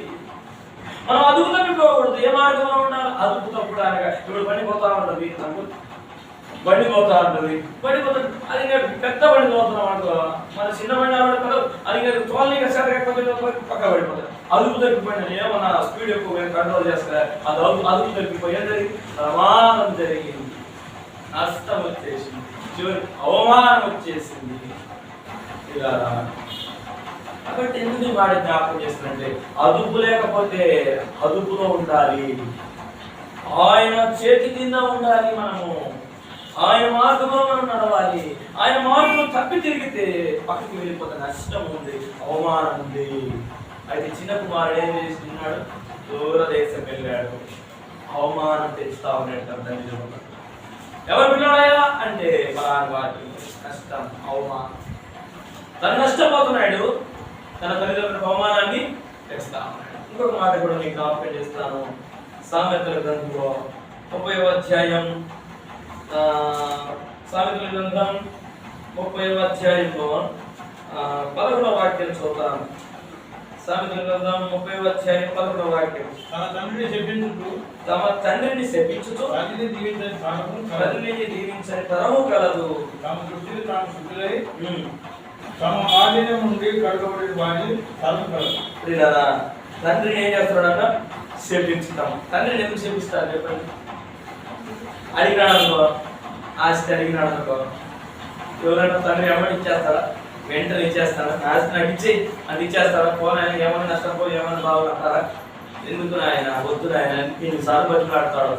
వద్దులే నాయన ఎందుకు, నీకేం తప్పైందిడా ఆయన ఇన్నిసార్లు బతుకుతాడు. కానీ ఇప్పుడు తండ్రిని ఏం చేస్తున్నాడట? శపిస్తున్నాడు. అంటే ఈ యొక్క పరంగా శాపనచనాలే. ఇంకా నీకు పుట్టకుండా నీకు పుట్టిన పుట్టిన బాగాలేదు ఊరికే, నీకు పుట్టి ఊరికే తానగా ఎంతమంది అనేవాడు లేదా? అడిగిన అవసరం తీర్చలేదని ఆయన నష్టం నేను తండ్రి తన కుమారుడు బాగుపడాలని కోరుకుంటాడు. కానీ తనకు పోయిన దాంట్లో నష్టం ఎప్పుడు కొంత ఆలోచన చేస్తుంటాడు. పెద్దరికంగా ఆలోచన చేస్తా ఉంటే ఈ మార్గం వెళ్ళొద్దునాయని కొన్నిసార్లు చెప్తా ఉంటాడు, బుద్ధి చెప్తాడు. కానీ కుమారుడు మాత్రం ఏం చేస్తున్నాడు? తన తండ్రిని చెప్పిస్తాడు, శాపవచనాలు పెడతాడు. తండ్రినే చెప్పించుట, తండ్రి చేత దీవించబడాలి తప్ప తండ్రిని ఎదురు తిరిగి శపిస్తే ఆ కుటుంబం ఎప్పుడు దీవించబడదు. ఇది ఎప్పుడైనా గుర్తుపెట్టుకోండి. తండ్రిని నోరెత్తి మనం శపించకూడదు. తండ్రి దీవెనలు మన మీద ఉండాలి తప్ప మనం తండ్రిని కనీసం పనికి మాట్లాడడానికి వీలు లేకుండా. ఎందుకంటే దేవుని వాక్యం సెలవిస్తుంది, తమ తండ్రిని శపించేవారు దేవుని పిల్లలుగా పిలువబడుతున్నాం. తండ్రిని ఒక నోరు జారుతున్నామేమో జాగ్రత్త, తండ్రిని నోరు జారుతున్నామేమో జాగ్రత్త. మన నోరు ఎందులో అదుపులో ఉండాలి. అదుపు తప్పిన వాడు మన తల్లికి ఏం చేస్తాడంట? అవమానము. అంటే అదుపు తప్పి మాట్లాడు, అదుపు తప్పి ప్రవర్తి, అదుపు తప్పి తిరుగుట తన కుటుంబానికి, తన జీవితం నాశనమే కాక అవమానం తీసుకొస్తాడు. ఈ చిన్న కుమారుడు అదే చేశాడు పిల్లరా. తన తల్లిదండ్రులకు అవమానం తెచ్చేసాడు. ఇక దూరేపరమైన నష్టపోయాడు. ఇక ఆ మాట చూస్తాం. లుకాసువార్త 15వ అధ్యాయం 15వ వాక్యం. అదంతయు ఖర్చు చేసిన తర్వాత 15వ అధ్యాయం 15వ వాక్యం. అతడు తన ఆస్తిని దుర్వ్యాపారం వలన పాడు చేసెను. అదంతయు ఖర్చు చేసిన తర్వాత ఆ దేశమందు గొప్ప కరువు రాగా వాడు ఇబ్బంది పడసాగి. వీడు దరిద్రంగా అడుగు పెట్టిన కానీ కరువు వచ్చినాడు. ఇంకా చూడండి ఏమొచ్చిందా? కరువు వచ్చేసి. అంటే ఈయన అడుగు పెట్టినాడో పెట్టలేదు, అక్కడ కరువు వచ్చేసింది. కరువు, ఇంకా కరువులో వ్యాపారం జరుగుతాగా, కరువు వ్యాపారం కరోనా వచ్చింది. కరోనా సమయం వ్యాపారం జరిగిందేమో, అంగళ్ళని మూటేసినారు. పెట్టిన వ్యాపారం జరగదు. ఆ అద్దె కట్టాల్సిందే, మనిషిని పెట్టిన మనిషికి కూలి ఇవ్వాల్సిందే, తర్వాత కరెంట్ బిల్లు కట్టాల్సిందే, ఇంక ఏదైనా కావచ్చు. ఇంకా తను ఉండే ఇంటికి కూడా అదే కట్టాల్సిందే. అంటే కట్టే కడుతున్నాడు కానీ వచ్చేది మాత్రము అదే. అంటే ఇక్కడ ఏం వచ్చిందంటే అదంతా ఖర్చు, పునాస్తి తీసుకుని ఖర్చు అయిపోయింది. ఇంకా వ్యాపారం నష్టపోయాడు. తర్వాత ఆ దేశమందు గొప్ప కరువు రాగా వాడి ఇబ్బంది కొనసాగింది. మరి కరువులో పని దొరుకుతుందే, ఒకవేళ ఏదైనా పని పోదామన్న పని కూడా దొరకదు. ఇంకా మాకే ముందు కూడా లేదు పని, మేము ఎప్పుడు అలా ఎత్తిన పనికి పోతాం, మాకే లేదు పని, నీకేదే పని అంటారు. కొంతమంది అందరు బాగా సీజన్ అయితే మనుషులు మాకు తీసుకుంటారు. కానీ ఇంకా పని వాళ్ళకి టైం లేక దొరకలేదనుకో, వాళ్ళకి తెలిసిన వాళ్ళకి మనుషులకు మాత్రమే తిప్పుకొని వెళ్ళిపోతుంటారు. అంతే. ఎక్కడో దూరం దేశంలో దూరం నుండి వచ్చిన వాడికి వాళ్ళు కూడా తీసుకోపోరు. ఎందుకంటే మా పిల్లలు నలుగురు ఉన్నారు, మేము మా పిల్లలు పోతే 4 కూలి ఒకసారి, ఈ కరువులు మేము బతుకు ఒకసారి అంటే ఇంకొక వ్యక్తిని తీసుకోవడానికి ఇష్టపడరు. అవసరమైతే అలా ముగ్గురే కావాలని అనుకోరండి పనికి. అలా మా ఇంట్లో 4 ఉన్నారు, మా ఇంట్లో ఒక మనిషి మారుతున్నారు అంటారు. అంటే ఇక్కడ జరిగిన పరిస్థితులు ఇవే. ఆ ప్రాంతంలో కరువు వచ్చేసింది. ఇతనికి పనికి పోవడానికి కూడా ఆస్కారం లేదు. ఎవడు పెట్టుకుంటాడు పనికి? కొత్తవాడు. ఇంకొక మాట నేను జ్ఞాపకం చేస్తాను, వాడు ఇబ్బంది పడసాగింది. కరువులో ఇబ్బంది పడుతున్నాడు. అంత అవసరమా? అంత అవసరమా అతనికి? కారణం ఏమిటి? తండ్రి నుండి దూరం అవటమే. ఇబ్బంది పడడానికి కారణం ఏమిటి? దుర్వ్యాపారం చేయాలని ఆలోచన అతనికి రావడమే. ఇంకొక మాట చెప్తాను, వెళ్ళి ఆ దేశస్థులలో ఒకరిని చెంత చేరను. ఎక్కడ చేరినాడు? ఆ దేశస్థులలో ఒకరిని చెంత చేరి చెంత చేరిన తర్వాత అక్కడ జరిగిన పరిస్థితి నేను చూస్తాను. అతడు పందులను మేపుటకు తన పొలంలోనికి వాడిని పంపెను. సరే, నా చెంత చేరినాడు, ఏదో ఒక పని చేసుకో అని తన దగ్గరే ఏం చేసినాడంటే పందులు మేపటం కోసము పంపించినాడు. పొలంలోనికి పంపించినాడు. ఇంత నేను జీతం ఇస్తానని చెప్పలేదు, ఇంత నేను కూలి ఇస్తానని చెప్పలేదు. ఇక పంచన చేరాడు. తన ఇంకో అంటే నేను చివరికి చెప్తాను, వాడికి ఉన్నదంతా ఖర్చు అయిపోయింది. నేను అంతా ఒక పెద్ద హోటల్ పెట్టినాడు అనుకోండి, హోటల్ అన్నీ అమ్ముకున్నాడు. ఏం జరగక అన్నీ అమ్మేసుకున్నాడు. చివరికి తన బట్టలు, కొంతమంది మా ఊళ్ళో ఏం చేస్తారంటే భార్య చీరలు కూడా తీసుకునే సారకుంటుంది. భార్య చీరలు కూడా తీసుకునే సారే అంటే నేను ఇలా చెప్పగలను, మంచి మంచి షర్టు ప్యాంటు మంచిగా ఉన్నాడు అనుకోండి, ఒకవేళ 2,000 రూపాయలు చేసే 200 జారీ నాకనే మీ పడేది. చివరికి తన వస్త్రములు కూడా అమ్ముకొని చివరికి తన దగ్గర ఏం లేదు. అవసరమైతే ఒక బ్యాగ్ ఉంటుంది, చిన్న బ్యాగ్ అంతే. వీళ్ళకు తన ఆస్తితో వెళ్ళాడు. ఇక అతను తన ఉన్న పరిస్థితిలో ఒకటి చెంత చేరినాడంటే, ఒక పంచలు చేరినాడంటే, తను ఒక చిన్న బ్యాగ్ ఉంటుందంటే అక్కడ చూస్తాను. ఇక ఆ దేశంలో ఒకరి చెంత చేరను. అతను పందుల మేపుడు కట్టిన పొలంలోనికి పంపాను. పొలంలోనికి పంపినాడు. ఇంకా ఏ పని దొరకాలి. పొలంలోనికి పంపిన తర్వాత అక్కడ జరిగినటువంటి వాడు పందులు దీని పొందుతో తను పడుకుని ఆశపడి ఏం ఆశపడ్డాడు? ఆశపడుతున్నాడు. తినడానికి కూడా తిండి లేదు. ఆ పూట కప్పుడు తినడానికి కూడా తిండి లేదు. కనీసం క్యారేజ్ అలా తెస్తానని చెప్పిన మాట కూడా లేదా. ఆకలి అవుతా ఉంది. ఎప్పుడు తిన్నాడో ఏం కథనం, ఆకలి అయిపోతాను, ఆకలితో అనుమతిస్తా ఉన్నాడు. పందులు తింటా ఉన్నాయి, బాగా ఇంట్రెస్ట్గా తింటా ఉన్నాయి, ఆశ కలుగుతున్నాయి. నోరు ఆకలి అయిపోతుంది, కడుపు ఆకలి అయిపోతుంది. నోరు కాయగట్టలేకపోతున్నాడు, చూడలేకపోతున్నాడు. అసలు పందులు తినే ఆహారాన్ని పొట్టును తినడానికి ఇష్టపడినాడంటే ఎంత ఆకలితో ఉన్నాడు అర్థం కావాలి. తండ్రి ఏం లేనుడా? తండ్రి దగ్గర అనేక మంది పనివారు ఉన్నారు. తండ్రి దగ్గర అనేక మంది పనివారు ఉన్నారు. మరి తండ్రి నుండి దూరమై చివరికి తన కడుపుతో ఆలోచుకునే పరిస్థితి. ఇంకా వారిని నేను జ్ఞాపకం చేస్తాను, ఆశపడను గాని, కడుపు నింపుకొని ఆశపడను గాని ఎవడును వానికి ఏమియో ఇవ్వలేదు. ఎవడును వానికి ఏమియో ఇవ్వలేదు. అంటే తినడానికి ఏమీ లేదు, ఎంతో ఆశ ఉంది తినాలని. అంటే దేవుడు వాక్యం ఆశ పన్య ప్రాణాన్ని దేవుడు తృప్తిపరచాడు. దేవుడు నిన్ను ఆశపడితే దేవునికి ఇస్తాడంతే.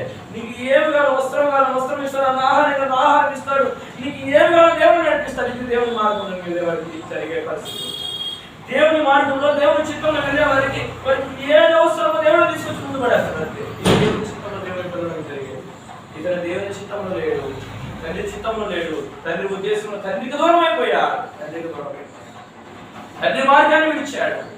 ఇంకొక మాట అయితే ఇప్పుడు ఏమొచ్చిందంట, బుద్ధి వచ్చినప్పుడు ఏమొచ్చింది, బుద్ధి రా, బుద్ధి వచ్చింది. ఈ రోజులో మనకేం రావాలి, మనకేం రావాలి? అదే మాట చెప్తాను. బుద్ధి ఏ విషయంలో బుద్ధి రావాలి? మన తండ్రి నుండి మనం ఏమాత్రం కూడా దూరం కాకూడదు.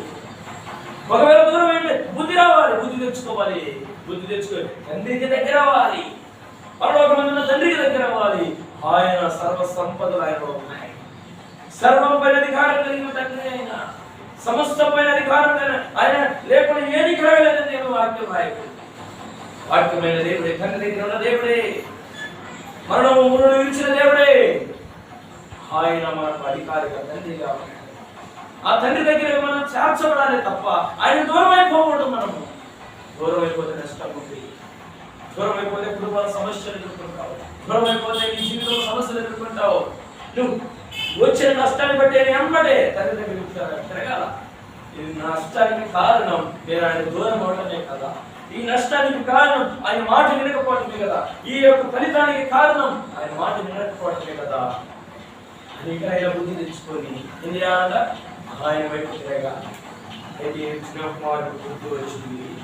అయితే బుద్ధి వచ్చిన వాడు నా తండ్రి యొక్క ఎంతో మంది కూలి వాళ్ళకు అన్నము ఏమైందంట, సమృద్ధిగా ఉన్నది. ఇంకా జీవితం గురించి ఆలోచన చేయటం విప్రమ్యం, ఆస్తి బ్యాంకుల బ్యాలెన్స్ గురించి ఆలోచన చేయటంగా, ఇల్లు కట్టేదాని గురించి ఆలోచన చేయరా, పెళ్లి వివాహం గురించి ఆలోచన చేయరా.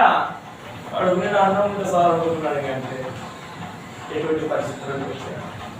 అయితే తండ్రి దగ్గర ఉన్న వారిని ఆలోచన చేశాడు. తండ్రి దగ్గర పనికి పోయే వాళ్ళు సంతోషంగా సమాధానంగా ఉంటున్నారు, కుటుంబంలో ఉంటున్నారు, పని చేసుకుంటున్నారు, చక్కగా హాయిగా నిద్రపోతున్నారు, కడుపు నిండానం దొరుకుతుంది వాళ్ళు పని చేసుకుని.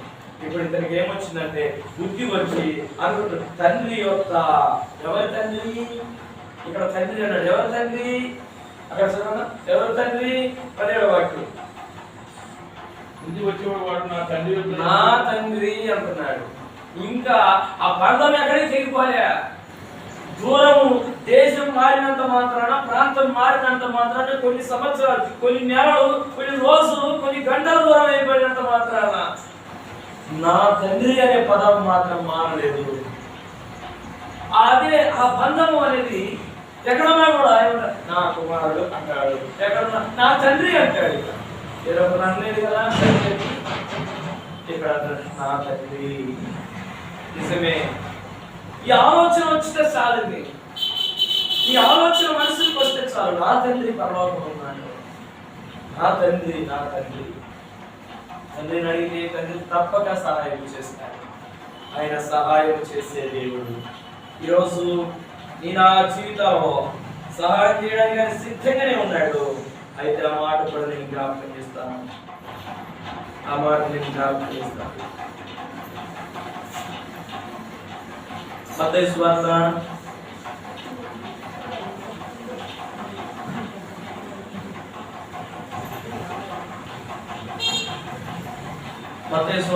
7వ అధ్యాయం 9వ వాక్యం.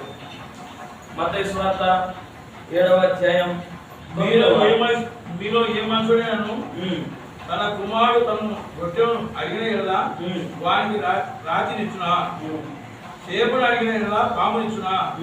మీరు చెడ్డవారయుండియు మీ పిల్లలకు మంచి ఈవులను ఇయ్యగలిగి ఉండగా పరలోకమందున్న మీ తండ్రి తన్ను అడుగువారికి అంతకంటే ఎంతో నిశ్చయముగా మంచి ఈవులనిచ్చును. ఇక్కడ రాయబడింది ఏంటంటే, మీరు చెడ్డవారయుండి మీ పిల్లలకు మంచి ఈవులను ఇయ్యగలిగి ఉండగా,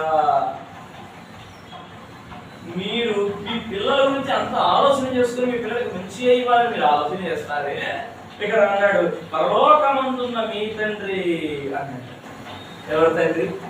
అక్కడ ఎవరు? మా తండ్రి అన్నాడు, నా తండ్రి అన్నాడు. ఇక్కడ మనం ఏమంటున్నాడు? మీ తండ్రి అని దేవుడు మనతో మాట్లాడుతున్నాడు.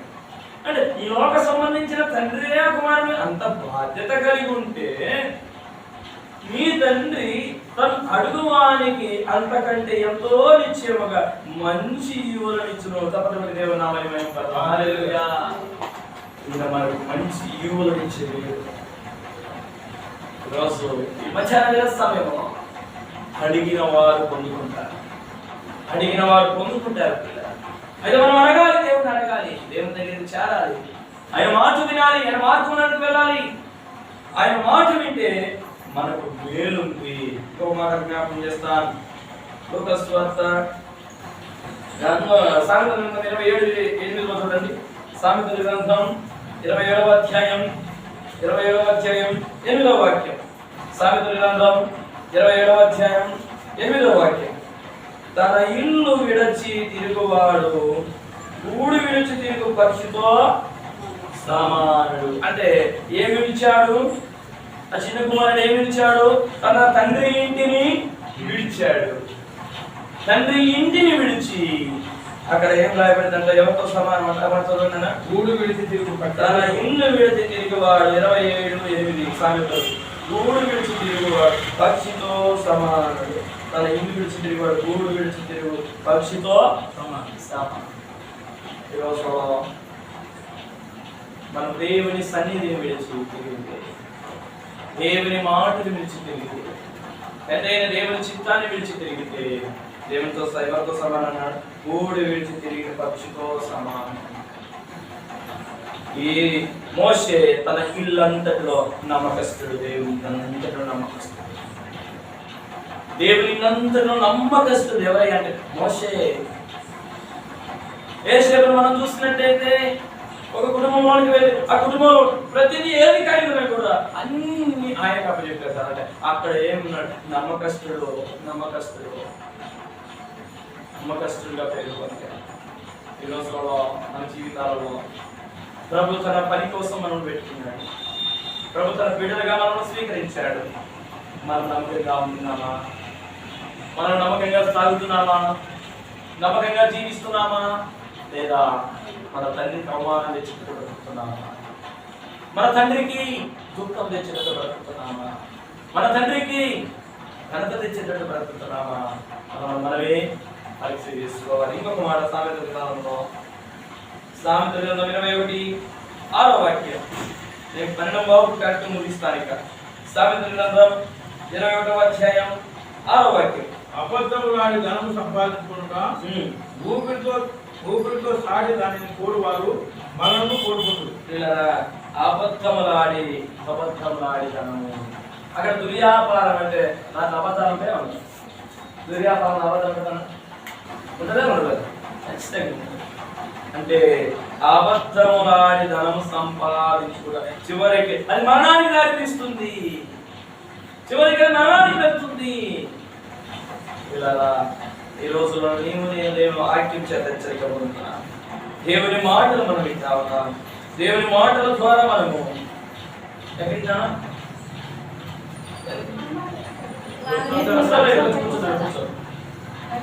అమ్మోరు పైకి వస్తారు కదా.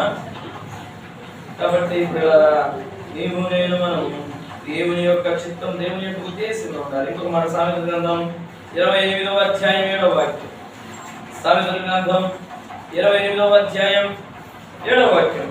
ఉపదేశం అంగీకరించు కుమారుడు బుద్ధిగలవాడు, కుండ్రకుల సహవాసము చేయవాడు తన తండ్రికి అపకీర్తి తెచ్చును. ఇప్పుడు తండ్రికి అపకీర్తి తెచ్చే పాలు చేసినాడు చిన్న కుమారుడు. ఎవరు సహవాసం చేసి? తుంటర్ల సహవాసం అని చెప్పవచ్చు. తుంటర్ రోజులు అంటారు. తుంటర్ రోజులు అంటారు అంటే వాళ్ళు ఒకసారి ఒక పని చేయడు, 7వ పని 6వ పని అంత చెరుపు చేసే పని లేదు. ఒకరు మేలు చేసే పని కాదు, ఇక అన్ని కీడు చేసే పనులే. ఇక్కడైతే రాయబడింది తుంటలో సహవాసం చేయవాడు తన తండ్రికి ఏం కీర్తి చేస్తాడంట? అపకీర్తి చేస్తాడు. ఇంకొక మాట రాయబడింది ఉపదేశం అంగీకరించు కుమారుడు బుద్ధి గలవాడైతాడు. ఇప్పుడు బుద్ధి కలిగింది వారికి ఉపదేశాన్ని అంగీకరిస్తున్నాడు. తండ్రి ఉపదేశాన్ని ఒకసారి ఆలోచన చేసుకున్నాడు. తండ్రి మాటలు ఒకసారి జ్ఞాపకం చేసుకున్నాడు. తండ్రి దగ్గర ఉన్నటువంటి ఆ యొక్క పరిస్థితులను ఒకసారి జ్ఞాపకం చేసుకున్నాడు. కడుపు నిండా అన్నం దొరుకుతుంది ఒకసారి జ్ఞాపకం చేసుకున్నాడు. ఎప్పుడంతా బుద్ధి వచ్చినప్పుడు అని రాయబడింది. ఇక్కడ రాయబడింది ఉపదేశం అంగీకరించే కుమారుడు ఎవరట? బుద్ధి గల కుమారుడు. బుద్ధి గలవాడు. అదే ఉపదేశానికి చెయ్యి ఉంచాడు, ఇక తల ఉంచాడు, ఇక వినడానికి ఇష్టపడ్డాడు. ఈరోజు ఉపదేశానికి ఇష్టపడినటువంటి ఆ కుమారుడు నోటి నుండి ఏ మాట వచ్చిందో చూడండి పిల్లరా, ఏ మాట వచ్చిందో చూడండి. తన నోటిలో ఒక మాట వచ్చింది. 17వ వాక్యం చివరిలో, ఎంతో మందికి కూలి వాళ్ళకి అన్నం సమృద్ధిగా ఉంది, నేనైతే ఇక్కడ ఆకలి చచ్చిపోతున్నాను, నేను లేచి నా తండ్రి దగ్గరికి వెళ్ళి తండ్రి ఇది ఆయన మాట. బుద్ధి వచ్చినప్పుడు తన నోటిలో ఒక మాట వస్తా ఉంది. 18వ వాక్యం చదవండి. తండ్రి నేను 15 లోకస్వార్త 15:18 లోకస్వార్త 15వ అధ్యాయం 18వ వాక్యం. తండ్రి నేను పరలోకమునకు విరోధంగాను నీ ఎదుట పాపం చేసింది. ఏమంటున్నాడు? ఎవరికి వ్యతిరేకంగా పాపం చేసినాడట? పరలోకానికి. 18వ వాక్యం లోకస్వార్త 15వ అధ్యాయం 18వ వాక్యం. తండ్రి నేను పరలోకంలో విరోధంగాను నీ ఎదుట పాపం చేసినాను. ఎవరైతే పాపం చేసి తండ్రి దగ్గరికి చేరి అనుకుంటున్నాడు, తండ్రి పరలోకానికి అనగా పరలోకములకు విరోధముగా ఎవరైతే పాపం చేసి నీ ఎదుట నేను పాపం. ఇట్లా ఈ రెండు భాగాలు మనం చూస్తాం. పరలోకాన్ని చూపిస్తున్నాడు. ఈ తండ్రి దగ్గరికి వచ్చి తండ్రి పరలోకానికి విరోధంగా నీ ఎదుట నేను పాపం చేశాను, ఇక్కడ నీ దగ్గర పాపం చేశాను అంటే కుమారుని బాధ్యత నేను సక్రమంగా నిర్వహించలేకపోయాను అంటే ఈ లోక సంబంధంగా నీ దగ్గర నేను నా పనికి ఏదైతే దేవుడు ఆ తండ్రి అయిన దేవుడు నాకు దేనికి పంపించాడో ఆ పనిని నేను సక్రమంగా చేయలేకపోయాను. ఇక్కడ నీ ఎదుట నేను ఎవరికి వ్యతిరేకంగా పాపం చేశాను? పరలోకానికి వ్యతిరేకంగా పాపం చేశాను. అంటే పరలోక మార్గం పోవాలి, ఆ పరలోక మార్గం చేరాలి అంటే నీ ఎదుట నేను ఎలా ఉండాలి? సరిగా ఉండాలి, కొలిసిన కొలత ప్రకారమే ఉండాలి, గీత గీసిన గీతలోనే ఉండాలి, నీ మార్గంలోనే ఉండాలి. నీ మార్గంలో సాగితే నాకు పరలోకం దొరుకుతాది. ఎవరి మార్గం? యేసే మార్గం. దేవుడికి స్తోత్రం. ఈ యేసే మార్గంలో మనం సాగితే ఆ పరలోకానికి చేరుతాం. ఈ యేసయ్య మార్గంలో మనం ఈ లోకంలో సాగితే నేరుగా అక్కడికి చేరుతాం. ఇక్కడ ఈయన మార్గంలో జారకుండా అక్కడికి జారాలంటే కష్టము. ఇది అర్థమైన ఉపదేశం పొందినటువంటి ఉపదేశం అంగీకరించినటువంటి ఈ బుద్ధి వచ్చిన కుమారుడికి ఒకటే ఆలోచన, నేను లేచి నా తండ్రి యొద్దకు వెళ్ళి తండ్రి నేను పరలోకమునకు విరోధంగా నీ యొద్ద నేను ఆస్తిని తీసుకొని వెళ్ళిపోయి నేను నష్టాల పాలైనా, నీ నుండి వేరే నేను నష్టాల పాలైనా. నాకు బుద్ధి వచ్చిందయ్యా. ఇంకా మాట చదువుతున్న పిల్లల, ఇక మీదట నీ కుమారుని అనిపించుటకు యోగ్యులను కాను. ఇక నేను యోగ్యుడిని కానయ్యా. ఏమనిపించుకోవడానికి? కుమారుని అనిపించుకోవడానికి. ఎందుకంటే ఇప్పటికి ఇంత నష్టాన్ని తెచ్చాను, ఇంత అవమానాన్ని తెచ్చాను, ఇంత ఇబ్బందులు పెట్టాను నేను. ఇక నీ కుమారుని అనిపించుకోవడానికి నేను యోగ్యులను కాను. ఈరోజు నీవు నేను యోగ్యులం కాకపోయినా అయోగ్యులైన మన జీవితాలను అపకీర్తి తెచ్చి తండ్రికి అవమానాన్ని తెచ్చి అనేక అవమానాలు తెచ్చి తండ్రి దేవునికి వ్యతిరేకంగా మనం జీవిస్తున్నాను, అయోగ్యంగా మనం ఉన్నాము. ప్రభు ఏం చేసినాడు? తన విలువైన రక్తాన్ని చిందించి మరణించి లేఖనముల ప్రకారం సమాధి నుండి ఏం చేయబడినాడు? తిరిగి లేచి దేవునికి స్తోత్రం. ఆయన సజీవుని బ్రతికున్నాడని చెప్పవచ్చు. ఎక్కడ ఇద్దరు ముగ్గురు కూడితే ఆయన మధ్యలో ఉన్నాడు. తన వాక్యం ద్వారా ఆయన మాట్లాడుతూనే ఉన్నాడు. ఆయన మనలో ధైర్యపరుస్తూనే ఉన్నాడు, మనలో బలపరుస్తూనే ఉన్నాడు, మన అవసరతను తీరుస్తూనే ఉన్నాడు, మన అక్కడను తీరుస్తూనే ఉన్నాడు. తన మందులో మనల్ని చేర్చుకున్నాడు. ఎవరిని? యోగ్యులైన వారిని, బుద్ధి లేని వారిని, బలహీనులైన వారిని, జ్ఞానం లేని వారిని, అందరూ త్రోసేసిన వారిని తృణీకరి దేవుడు తీసుకుని వచ్చాడు. ఇప్పుడు క్రీస్తు తీసుకుని వచ్చాడు. ఆయన తండ్రితో మనల్ని కలపడం కోసం ఆయన మన కోసం మరి అయిపోయాడు. ఇప్పుడు మార్పు స్వాత 16 చివరి వాక్యం, తండ్రి కుడి పార్శ్వమున కూర్చొని ఉన్నాడు. తండ్రి అయిన దేవుడి కుడి పార్శ్వమున కూర్చొని ఉన్నాడు అనిపిస్తుంది. ఎందుకని మన కోసం ప్రార్థన విజ్ఞాపన చేస్తున్నాడు. ఆయన విజ్ఞాపన చేస్తున్నాడు మన కోసం. ఎందుకని మనం ఆయన దగ్గరికి వెళ్ళాలని, ఆయనతో పాటు మనం ఉండాలని ఈరోజు ఈ వాక్యం ద్వారా దేవుడు నేను హెచ్చరిక చేస్తా ఉన్నాడు. దేవుడు నీతో మాట్లాడుతా ఉన్నాడు. ఇంకొక మాట నేను చదివి ఇక నేను ముగించేస్తాను. ఈ చిన్న కుమారుడు గురించి 15వ అధ్యాయంలో సువార్త 19వ వాక్యం, నన్ను నీ కూలివాడిని ఒకరిగా పెట్టుకొని అతనితో చెప్పులను అనుకొని లేచి తండ్రి యొక్కకు వచ్చెను అనే మాటకు మనం బాగా చూసుకోవాలి. ఇప్పటివరకు ఎక్కడ రాకముందు ఆలోచన చేస్తున్నాడు. నీ కుమారుని అనిపించుకోవడానికి నేను యోగ్యుడని కాదు, నీ కూలి వాళ్ళు ఒక వారిగా పెట్టుకో, ఇదంతా తన మనసులో అనుకుంటా ఉన్నాడు. ఇక అనుకుంటాడు కూడా లేచి వచ్చేసాడు. ఇక లేచి వచ్చి ఎక్కడికి వచ్చాడంట? తండ్రి వద్దకు. ఏ తండ్రి దగ్గరికి వచ్చినాడు? దాన్ని సృష్టించిన సృష్టికర్త.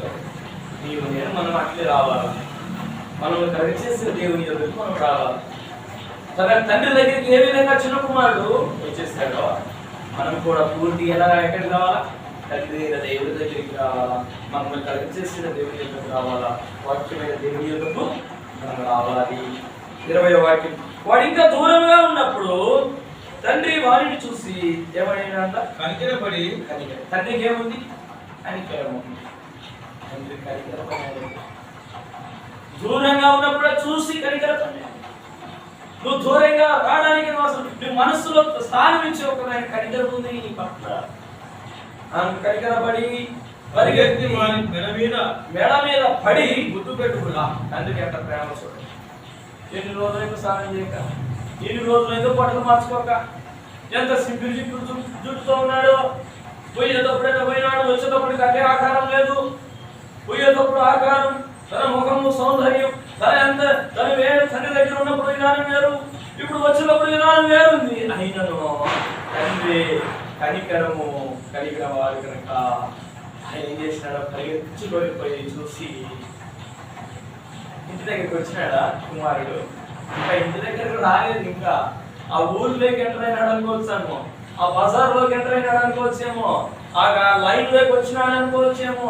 దూరంగా చూసినాక ఏం చేసినాడంట? పరిగెత్తుకుంటూ పోయి మెడ మీద పడి, చదవనా, మెడ మీద పడి ముద్దు పెట్టుకొని అప్పుడు ఆ కుమారుడు అతనితో తండ్రి ముద్దు పెట్టుకొని. వాస్తవానికి వేరొక కుమారుడిని వేరొక తండ్రి ముద్దు పెట్టుకుంటాడా? ముద్దు పెట్టుకుంటాడండి. కాకికుడు ఎవరికి ముందు? కాకికే ముందు. తను నల్లగొండని, తెల్లగొండని, పొట్టిగొండని, ఎట్టనుండని తన కుమారుడు అంటే తనకు ప్రాణం అంటే, తన కుమారుడు అంటే చాలు. ఇంకా తండ్రికి ఆశ్రయం ఉండదు. ఇక తన కుమారుడికి అన్ని అప్పచెప్పే, ఇక నేను కలుపుసినా చాలు అనుకుంటాడు. ఇక అంతే తండ్రి. చివరికి ఏదో చెప్పండి, నా కుమారుని పిలుస్తాయా, 2 మాటలు చెప్పాలంట. నా కుమారుని పిలుస్తాయా, నా కుమార్తెని పిలుస్తాయా, ఇక నాకేం పెద్ద ఆశ లేవు. ఇదిగో ఇంకా నా బాధ్యత సక్రమంగా, ఇక పిల్లలు ఉంటే ఇక నీ అక్కను, నీ తమ్ముడిని బాగా చూసుకుని ఆయన ఇంకా ఇలా చెప్తా. కానీ బాధ్యతలు అంటే ఇదిగో మన ఇంకా రావాల్సింది ఉంది, మన ఆస్తి రావాలి, ఇలా అన్ని చెప్పేస్తాడు. ఇంకా తండ్రి ఇలా ఒక తండ్రి ఈ రోజులలో కన్న తండ్రి కూడా అంతేగా ప్రేమతో మనం చూస్తున్నాడు. మనం ఇంత దూరం అయిపోయినాను, నిత్యాల్లో తుప్పులు పెట్టిపోయినాను, వికారమైన బట్టలు వేసుకొని వికారంగా జీవిస్తున్నాను. ఆయన దగ్గరికి వెళ్ళడానికి ఇష్టపడితే దూరంలో చూస్తే పరిగెత్తుకొని వచ్చాడు తండ్రి. మెడ మీద పడి గుర్తు పెట్టుకున్నాడు. అక్కడ రాయబడిన మాట 21. అప్పుడు ఆ కుమారుడు అతనితో అంటున్నాడు, తండ్రి నేను పరలోకంలో విరోధంగాను నీ ఎదుట పాపము తెచ్చింది. ఏమన్నాడు? అంటాను కనుక్కున్నాడు. అదే మాట అంటున్నాడు.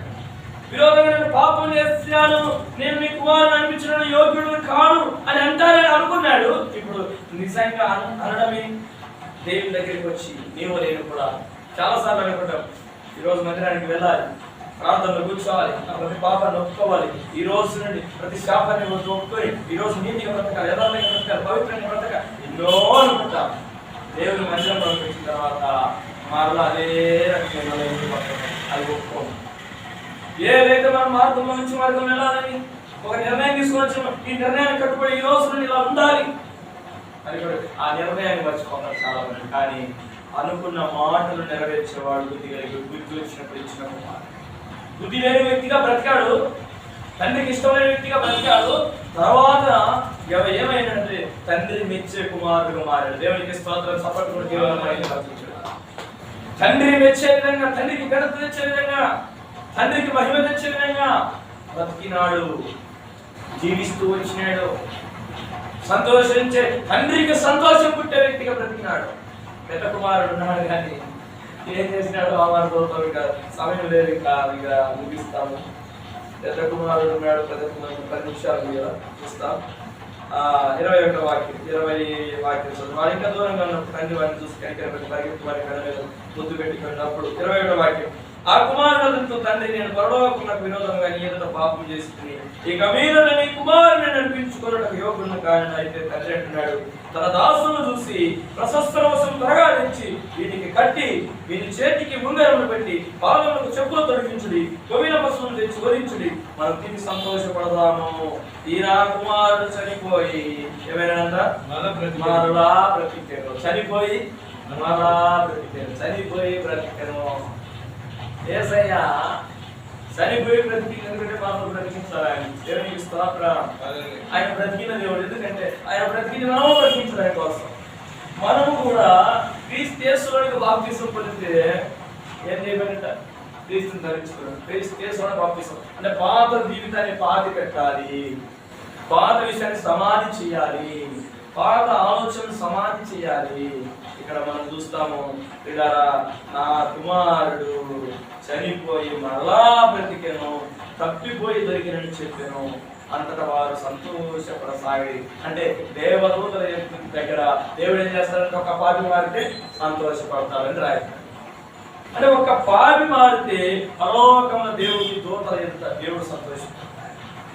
నిజంగా నీ నా బ్రతుకును బట్టి దేవుడు సంతోషపడేటట్టుగా బ్రతుకున్నామా?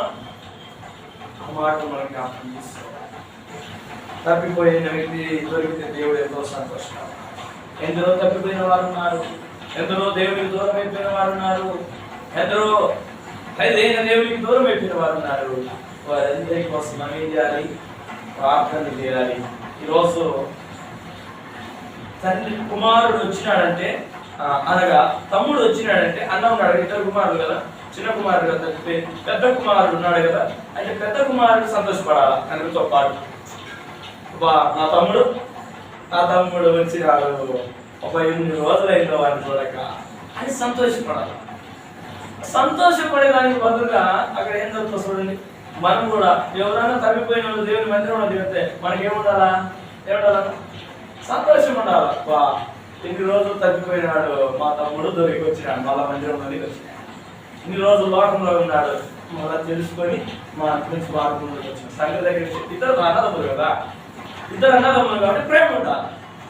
కానీ ఇక్కడ రాయబడి చూడండి, ఆ మాట చూడండి, 25వ వాక్యం. అప్పుడు అతని పెద్ద కుమారుడు పొలంలో ఉండేను. వాడు పొలం నుండి వస్తుంటూ ఇంటి దగ్గర రాగా వాయిద్యమును నాట్యమును జరుగుతుంది. ఇక్కడ పొలంలో నుండి వచ్చినాడంట పెద్ద కుమారుడు. అంటే ఇతరికి తన భాగాలు పనిచేశాడు, ఎవరు తన వారికి ఇచ్చేశాడు. అయితే ఒక పొలం వచ్చేసింది పెద్ద కుమారుడికి. అయితే నేను ఇలా చెప్తాను, పెద్ద కుమారుడు సంవత్సరానికి కష్టపడి పొలం మీద పొలం కొని అన్ని సమకూర్చుకొని మంచి పొలం వేస్తా ఉన్నాడు. ఇప్పుడు పొలాన్ని వేసుకొని పోయాడు కదా చిన్న కుమారుడు, 2 భాగాలు వచ్చినాడు. ఎవరన్నా అమ్ముతామంటే ఎవరుగా ఎందుకు అమ్మాలరా, నాకేం, నేను ఆ డబ్బు లేదు, నేను కడతా అంటారు. మా పక్కనే ఉంటే పొలం ఉంటే ఇంకా దారి లేదు, దానికి గట్టి లేవు కాబట్టి ఇదే కాబట్టి ఇంకా పక్కనే ఉన్నది నాకే సరిపో అంటే తండ్రి చిన్న కుమారుడు పొలం తీసుకొని పోలేకపోయాడు, డబ్బులే తీసుకుపోయాడు. అంటే ఇప్పుడు పొలాన్ని సమకూర్చుకున్నాడు, బాగా సంతోషకరంగా ఉన్నట్టే ఉన్నాడు. పొలంలో పని చేసుకుంటున్నాడు. అయితే ఇంటికి వచ్చాడు. ఇంటికి రాగా అక్కడ ఏమన్నాయంట, వాద్యమును నాట్యమును జరుగుట విని. అంటే ఒక ఉద్దేశం ఏంటంటే, వీడు వచ్చినాడు మళ్ళీ ఆడవాడి భాగం వాడు పెట్టుకుంటాడు. వాడి భాగం వాడు ఏడ చూసుకుంటాడు. తండ్రి మళ్ళా అది తగ్గిపోయి వచ్చినాడు లేదా, నీకు ఇంత పొలం ఎందుకురా, చిన్నోడు కదా, వాడికి పెళ్లి చేయాలి కదా, వాడికంటే ఒక పెళ్లి చేయచ్చు కదరా అడుగుతా. ఈ ఆలోచనలన్నీ పెద్ద కుమారులో ఉండిపోయి ఇక్కడ ముఖం ఏమైపోయిందో చూడండి. దాసుడు ఒకటి పిలిచి అంటున్నాడు పెద్దవాడు, ఇవి ఏమిటి అని అడుగక ఆ దాసుడు అతనితో, నీ తమ్ముడు వచ్చి ఉన్నాడు. నీ అంత సంతోషపడమా? నీ తమ్ముడు అప్పుడు నా తమ్ముడు వచ్చినాడా? నా తమ్ముడు వచ్చినాడు, ఇంకేం కావాలి? వాస్తవానికి ఎవరైనా అన్నదమ్ములు ఏదైనా ఆరోగ్యం బాగాలేదన్నా, ఏ సమస్యలు అంటే, నా పొలం మోటపోయింది, అమ్మే వాడి ఆరోగ్యం బాగా చేయాలి. అది చాలా మంది అదే తల్లిదండ్రుల కన్నా కూడా అన్నదమ్ములకు చాలా ప్రేమ ఉంటుంది. అసలు తల్లిదండ్రులు ముసలి అయిపోయిన అప్పులు ఆడలేదు. ఇంకా వారి పేరు వాడే వాడు తీర్చుకునే అవసరం నేనే కడతాను వాడి బాధ్యత కూడా. నా తమ్ముడు బాగుపడాలా, నా అన్న ఇంట్లో ప్రేమ. కానీ ఈ అన్నకుండే ప్రేమ లేదు. చూడండి, ఆ దాసుడు నీ తమ్ముడు వచ్చి ఉన్నాడు, అతను తన యొద్దకు సురక్షితంగా వచ్చినందున, అంటే క్షేమంగా ఆరోగ్యకరంగా వచ్చినాడు, ఏ జబ్బు చేయకుండా సురక్షితంగా జాగ్రత్తగా వచ్చినందున నీ తండ్రి కొవ్విన పశువును వధించను. మీ అలా మండింది, ఇంకా మీ ఎక్కడ కడుపులో మంట కొట్టుకొచ్చింది. ఇంకా కొవ్విన వధువును వధించను అంటే, అబ్బా కొవ్విన పశువుని తెచ్చి వధించినాడా, మంచి భోజనాలు పెడుతున్నాడా? ఆ మాట చూడండి పిల్లరా, 28వ వాక్యం. అయితే అతను కోపపడి, కోపం వచ్చేసింది, తండ్రి మీద కోపం వచ్చింది, కోపపడి లోపలికి వెళ్ళనకపోయాను. ఇంతే పాఠం లేదు, ఇంకా కుమారుని చూడడానికి పాఠం లేదు, ఇంకా ఆ విందులో పాల్గొనడానికి ఇష్టపడటం లేదు. ఇంకా అందరూ మందిరంలో వచ్చి తిరిగిపోతున్నారు కానీ, అందరూ సంతోషపడుతున్నారు కానీ, సొంత అన్నదానికి ఇష్టపడలేదు. చూడండి ఎంత కుట్ర ఉందో చూడండి, ఎంత ద్వేషం ఉందో చూడండి, ఎంత అసూయ ఉందో చూడండి. సొంత రక్త సంబంధికులే, ఒక తోబుట్టిన వారే ఎంత కలిసిమెలిసి ఉండవలసిన వారు. ఇంకొక మాట జ్ఞాపకం చేస్తారు 22వ వాక్యంలో. కనుక అతని తండ్రి వెలుపలికి వచ్చి లోపలికి రమ్మని బతిమాడు. తండ్రి వచ్చినాడు, బయటకు వచ్చినాడు. రాయని బతిమాడుతున్నాడు. ఎవరిని? పెద్దవారిని బతిమాడుతున్నాడు. మీ తమ్ముడు వచ్చినాడు కదా ఆయన, నువ్వు రానా, నువ్వు రాయా, పొలం నుండి వస్తున్నాడు, నువ్వు రాని బతిమాడుతున్నాడు. బతిమాడాలా, బతిమాడాలా? చూడండి, లోక ప్రేమ అటువంటిది, ఈ లోక ప్రేమ అటువంటిది. కానీ మన పరలోకమున్న ప్రేమ ఎటువంటిదో చూడండి. మన కోసం ఆయన విలువైన రక్తాన్ని చిందించాడు. ఈ లోకంలో ఉన్నవాడు కుమారుడు తగ్గిపోయి వస్తేనే చేర్చుకోవడానికి ఇష్టపడినటువంటి ప్రేమ ఈ లోక ప్రేమ. కుమారుడు వస్తేనే కలుపుకొని ప్రేమ, ఈ ప్రేమ ఈ లోక ప్రేమ.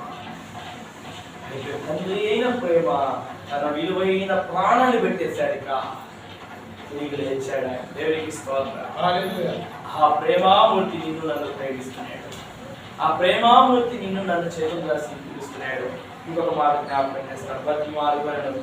అందుకతడు తన తండ్రితో, ఇదిగో ఇన్ని ఏళ్ల నుండి నేను సేవించుతున్నానే, నీ ఆజ్ఞ నన్ను మీరలేదే, అయినను నా స్నేహితులతో సంతోషపడినట్లు నీవు నాకెన్నడూ ఒక మేక పిల్లనైనా ఇయ్యలేదు. అయితే నీ ఆస్తిని వేశ్యలతో తినివేసిన, ఎవరితో తినేసినాడు? వేశ్యలతో తినివేసిన ఈ నీ కుమారుడు రాగానే వీని కొరకు కొవ్విన పశువును వధించమని చెప్పాను. కొవ్విన పశువును వేశ్యలతో తినివేసినటువంటి వ్యక్తి, ఆస్తినంతా పాటు చేసుకున్న వ్యక్తి, అతన్ని చేర్చుకున్నామే. తండ్రి అయిన దేవుడు యేసు ప్రభు చేయి విడిచిపెట్టేసినాడు శిలువలో. ఎందుకని? నీ చేయి నన్ను నా చేయి పట్టుకోవడానికి. ఎలోయి ఎలోయి లామా సబక్తా, నా దేవా నా దేవా నన్ను ఎందుకు చేయి విడిచావు అంటాడు ప్రభు శిలువలో. నా దేవా నన్ను ఎందుకు చేయి విడిచిపెట్టావంటే, మన చేయి పట్టుకోవడం కోసం యేసయ్య చేయి విడిచిపెట్టాడు. మన చేయి పట్టుకోవడం కోసము ఎవరు చేయి విడిచిపెట్టినాడు? పరిశుద్ధుడైన యేసయ్య చేయి విడిచిపెట్టినాడు. మన పాప అంతా తన కుమారుడి మీద వేసేసినాడు. మనదంతా తీసి ఆయన మీద వేసి మనకు రక్షణ ఇచ్చేసాడు. ఆయన మార్గం ఇంత రక్షణ, మోక్షం. ఆయన చేయి విడిచిపెట్టి మన చేయి పట్టుకున్నాడు. అంత ప్రేమ కలిగిన దేవుడు. మనం ఆయన చేయి పట్టుకుంటే మనం జారిపోతాం. ఒకవేళ మన చేయి బరువై మనం విడిచిపెడతాం, కానీ మన చెయ్యి ఆయన పట్టుకున్నాడు. మన చెయ్యి పట్టుకున్న దేవుడు మనం నడిపించే దేవుడు. మనం చేయి విడిచిపెట్టే దేవుడు కాదు ఆయన, మనం దారి విడిచుకునే దేవుడు కాదు ఆయన.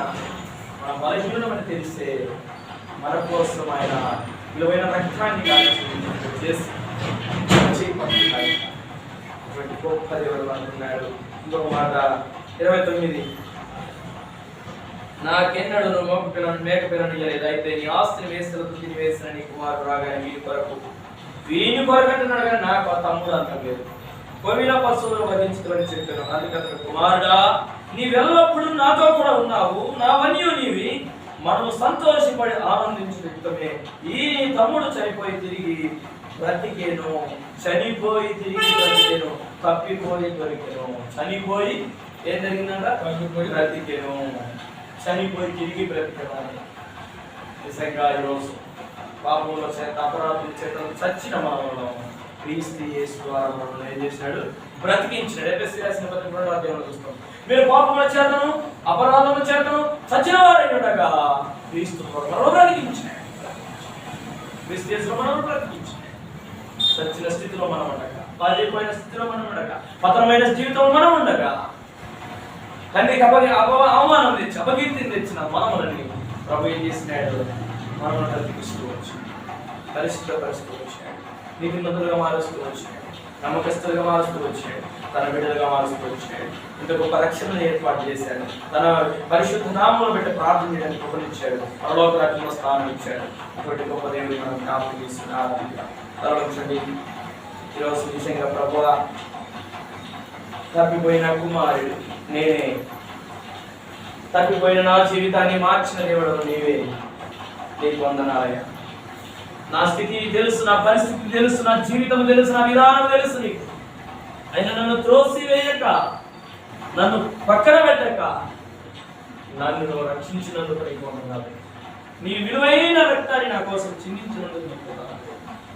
నిజంగా ఈరోజు దేవుని యొక్క మాటలు విన్నాడు, తుంటలో సహవాసం కోరినాడు, అపకీర్తించినాడు, అదుపులేకుండా తిరిగినాడు, జ్ఞానమును ప్రేమించలేదు, తండ్రికి అవమానం తెచ్చేటట్టుగా వేశ్యలతో సాంగత్యం చేశాడు, ఆస్తిని పాడు చేసుకున్నాడు, తన తండ్రిని శపిస్తూ వచ్చినాడు, ఇంకా తన ఇల్లు విడిచాడు. మనతో దేవుడు మాట్లాడుతూ వచ్చాడు. అయితే దూర దేశం నుండి వచ్చిన సమాచారము తప్పికొనిన వారికి చల్లని నీరు తాగినట్లు నీరు ఎట్లుండునో దూరదేశం నుండి వచ్చిన సమాచారం అక్కడ ఉంటుంది అన్నాడు. నిజంగా తప్పికొనిన వారికి చల్లని నీరు ఇస్తే ఎంతో సంతోషపడతారు. ప్రభు యొక్క దాహం తీర్చగలిగినదే నీవే, నేనే. నేను తప్పికొనుచున్నానన్నాడు. నిజంగా ఆయన తప్పిక తీర్చబడాలంటే నీవు నేను ఆయన ఇష్టకరంగా మార్చగలిగించాలి. శుభ సమాచారం. నిజంగా ఈరోజు దేవుడు సంతోషపడాలంటే మన జీవితాలలో దేవుడికి పూర్తిగా ఆధారపడితే ఎంత మంచిది. ఆయన ప్రేమించిన దేవుడు శిక్షిస్తాడు. ఎందుకంటే ఇది బాలును శిక్షించిన మానవమైన దేవుడు వాక్యం ఉంది. ఆయన మనకు తండ్రి అయినప్పుడు ఖచ్చితంగా తండ్రి మనల్ని శిక్షిస్తాడు. తప్పు చేసినప్పుడు, పొరపాటు జరిగినప్పుడు బెత్తమాడుతాడు ఆయన. ఎందుకంటే బెత్తంతో కొట్టిన వాడు పాతాళంలోనికి పోకుండా మన ఆత్మను నీవు తప్పించదు అని దేవుని వాక్యం ఉంది. మనం పాతాళంలోనికి పడిపోకుండా అంటే మనకేం కావాలి? బెత్తం కంపల్సరీ, ఖచ్చితంగా శిక్ష. అయితే ఆ బెత్తము దెబ్బలు, ఆ శిక్షను ఆయనే వరించినాడు. ఇంకా బెత్తము దెబ్బలు పడాలి మనకు, ఇవన్నీ ఆయన మీద పడేటట్లు చేసుకున్నాడు. జ్ఞానం లేదు, ఆపదలో పడతారంట, ఆపదలను విడిపించినాడు. ఆయన నడవలసిన త్రోవ నేర్పుతూ వచ్చినాడు మనకు. ఎలా మనం నడవాలో దానిని తొలగిపోకుండా, పెద్దవారు అయినప్పుడు మనం తొలగిపోకుండా కోసం దేవుని వాక్యాన్ని మనకు ఇచ్చినాడు. శ్రద్ధగా దేవుని మాటలు విన్న నీవు నేను దేవుని యొక్క చిత్తం కోసం అని చేద్దామా? ఇంత గొప్ప రక్షణ ఇచ్చిన దేవుని స్తుతిద్దామా, ఆరాధిద్దాం. దయగలిగిన తండ్రి, ప్రేమ నమ్మదగిన దేవ, విమర్శల మీద ఆరాధించండి. నీకు వందనాలు, స్తుతులు, స్తోత్రాలయ్యా. ఇంత గొప్ప రక్షణ ఇచ్చినావు, నీకు వందనాలే తండ్రి. నీ విలువైన అయ్యా రక్షణ విలువైనది. నిజమే ప్రభు, ఈ లోకంలో మాకు విలువైనది ఏదంటే రక్షణ. అసలు ఇంత గొప్ప త్యాగము చేసిన వారు ఎవరు లేరు మాకు. నీకు వందనాలని, స్తోత్రాలని, నీ కృతజ్ఞతాస్తుతులు చెల్లిస్తున్నాం. యేసయ్యా మీరు దయగలిగిన దేవుడవయ్యా. ఏ పాపం తీర్చిన దుర్మార్గమైన నా జీవితాన్ని అద్భుతంగా అయ్యా మీ వాక్యం చేత సన్నిహించి నన్ను మార్చుకున్నావు. నీకు వందనాలయ్యా. మార్చిన దేవానికి వందనాలయ్యా. రక్షించిన దేవానికి వందనాలయ్యా. యేసయ్య శరీరాన్ని ధరించుకొని వచ్చిన దేవానికి స్తోత్రాలయ్యా. మరణాన్ని గెలిచిన దేవా యేసయ్యనికి స్తోత్రాలయ్యా. మరణ భూములు విడిచిన యేసయ్యానికి స్తోత్రాలయ్యా. నిజంగా తండ్రి, సమాధి దగ్గరికి వెళ్తే సమాధిగా అయితే తొలగించబడినది, సమాధిలో నీవు లేవు. ఎంత అద్భుతం. జరుడు ఎదుర్కోవడం కోసం వెళ్ళావు తండ్రి.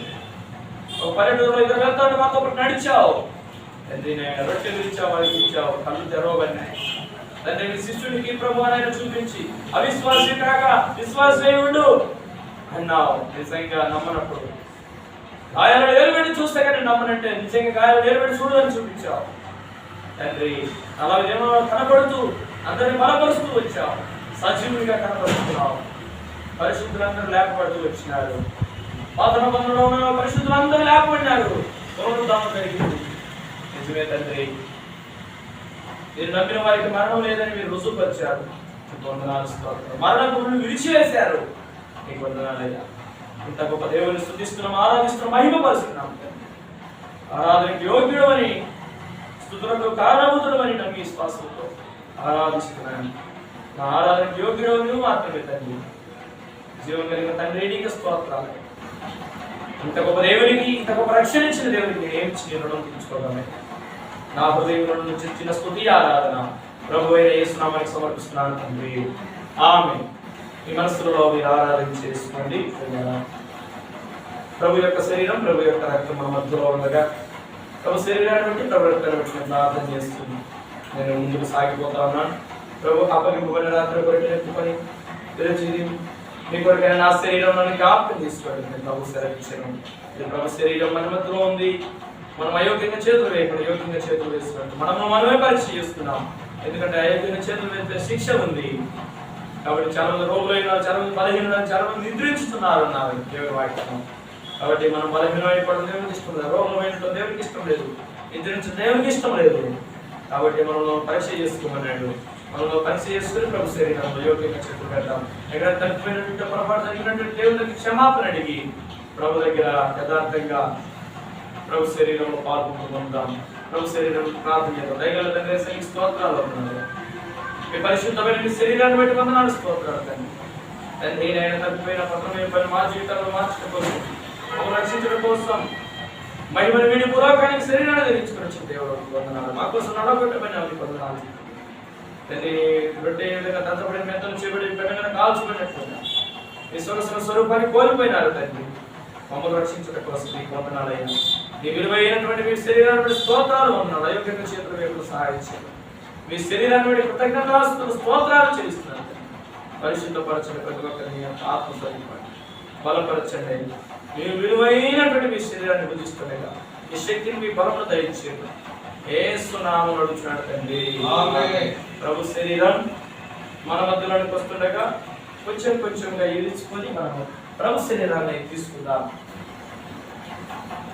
విసరబడెను ప్రభు కావరిలో, ప్రేమ సాత్యమను తిరుగుటిలో. విసరబడెను ప్రభు కావరిలో, ప్రేమ సాత్యమను తిరుగుటిలో. పిండి వలెను పిసుకబడెను, బాధపడే ప్రభు కాల్వరిలో. పిండి వలెను పిసుకబడెను, బాధపడే ప్రభు కాల్వరిలో. ఆశలో యేసుని స్తుతించు, దోషములన్నీ భరించెనా. ఎన్నో శ్రమలు నొందెను ప్రభువు, జననమొందినది మొదలుకొని. ఎన్నో శ్రమలు నొందెను ప్రభువు, జననమోదినది మొదలుకొని కరిగి కారిన కంటి నీళ్ళు రోదనములు తలపోయుతును కరిగి కారిన కంటి నీళ్ళు రోదనములు తలపోయుతును ఆశతో యేసుని స్తుతిస్తూ దోషములన్నీ భరించెనా. రాత్రి మరొక పాత్రను ఎత్తుకొని నా రక్తం మొదలైన కొత్త నిబంధన దీనిలో చిన్నప్పుడల్లా నన్ను జ్ఞాపకం చేసుకున్నాడు. ప్రభు సెలవించను. ప్రభు రక్తాన్ని బట్టి ప్రభుని జ్ఞాపకం చేసుకుందాం. మన మధ్యలో ఉన్నటువంటి ప్రభు రక్తాన్ని బట్టి కృతజ్ఞతాస్తుతులు స్తోత్రం చెల్లిద్దాం. దయగల తండ్రి, ప్రేమ నమ్మదగిన దేవ యేసు ప్రభువు నీకు వందనాలు స్తుతులు స్తోత్రములు చెల్లిస్తున్నాము తండ్రి. అయ్యా మీ విలువైన రక్తాన్ని బట్టి వందనాలు స్తోత్రాలు తండ్రి. మహోదరున రక్తపాత్రను బట్టి వందనాలు స్తోత్రాలు తండ్రి. అయ్యా నాయనా ఈ శ్రేష్టమైన విలువైన ప్రభువైన పరిశుద్ధమైన రక్తం మా కోసం తండ్రి అయిన మహిమలో ఉన్న తెలిసిన దేవుడు భూలోకానికి వచ్చి శరీరాన్ని ధరించుకొని వచ్చి నీ శరీరంలో ప్రభా ఒక రక్తపొట్టు కూడా లేకుండా శిలువలో మా కోసం చిందించినందుకు నీకు స్తోత్రాలయ్యా, వందనాలు తండ్రి. కృతజ్ఞతాస్తుతులయ్యా, మమ్మల్ని బ్రతికించడం కోసం ప్రభావాలైనా మీరు గొప్ప త్యాగం చేసినందుకు నీకు వందనాలయ్యా, స్తోత్రాలు తండ్రి. కృతజ్ఞతాస్తుతులు చెల్లిస్తున్నాము. దేవుని చేత వైపు సహాయం చేయండి తండ్రి. తండ్రి అయినా మరణ పునరుత్థానం ప్రభాని యొక్క జరణ మరణ పునరుత్థానం గురించి ప్రకటన చేసి ప్రభు దయచేయండి తండ్రి. నీకు వందనాలు స్తోత్రాలు తండ్రి. మరణ వారికి నమ్మకం ఉండే ప్రభు దయచేయండి తండ్రి. మీ బిడ్డలు ప్రభావ పాలు పంపులు పొందిన ప్రతి ఒక్కరిని ఆత్మ నైపుణ్యం ఆత్మకార్యం జరిగించండి. మీ శక్తి కలిగి మీ కార్యం జరిగించమని యేసు నామములో అడుగుతున్నాను తండ్రి. ఆమేన్. ప్రభు యొక్క పరిశుద్ధమైన ప్రభు యొక్క రక్తం మన మధ్యలో చూస్తున్నాం. అయోగ్యంగా చేతులు వేయకుండా యోగ్యంగా చేతులు వేయనట్టుగా మనం పరిచయం చేసుకొని ప్రభు శరీరాన్ని తీసుకుందాం.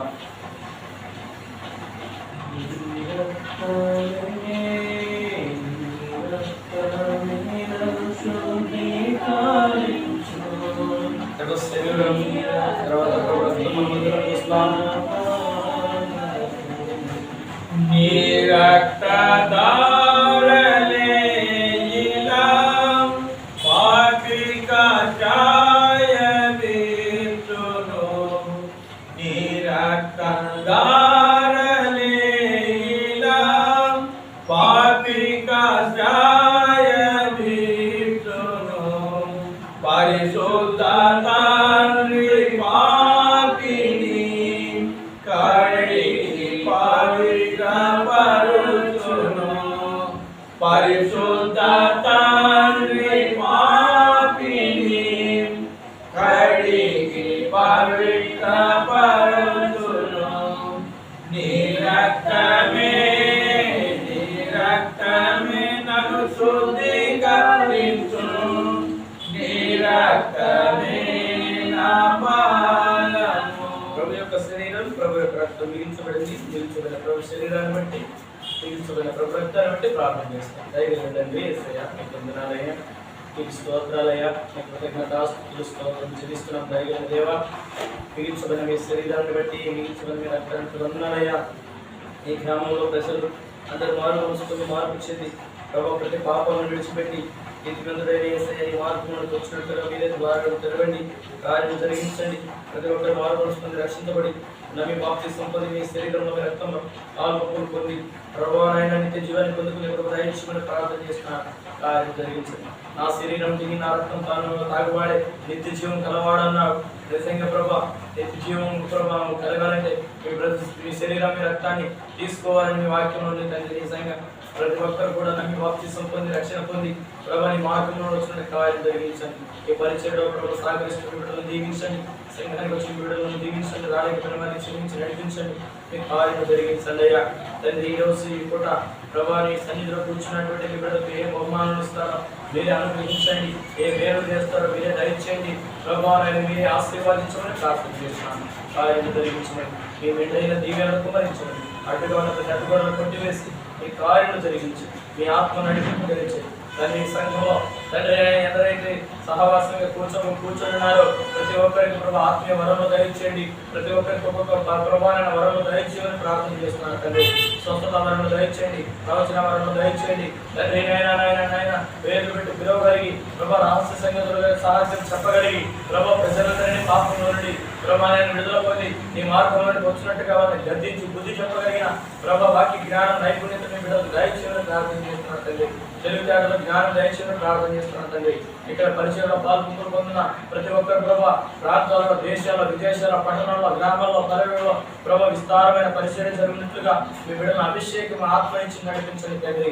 ఆయన ఈ ప్రాంతంలో నుండి అనేక ప్రాంతాలు వెళ్ళి విస్తారమైన పరిచయం జరిగించడానికి సాధనాలుగా మీరు వాడుకోమని ప్రార్థన చేస్తాం. అనేక బిడ్డలను కూడా మీరు నడిపించమని ప్రార్థన చేస్తాం. అనేక మంది ప్రభా ఆయన మీ యొక్క పరిచయం చేస్తే ఒక సేవకురాలుగా నేను ప్రభా నేను గణపరచువారిగా, నేను మహిమపరచువారిగా, నేను కీర్తించువారిగా, నేను ప్రభా వాయిద్యాలు వాయించి నేను మహిమపరచేవారిగా, వాక్య సందేశం నుంచి ప్రజలందరికీ నీ సువార్త ప్రకటించే బిడ్డలుగా, గణపత్రులు లేచి అనేక మంది వైపు నడిపించే బిడ్డలుగా తండ్రి నేను ఒక్కొక్క బాధ్యత మీరు గుర్తించి మీరే ప్రభా ఆత్మ నడిపించి దయచేయండి. ప్రభా కావాల్సినటువంటి వనరులని మీరు సమకూర్చండి.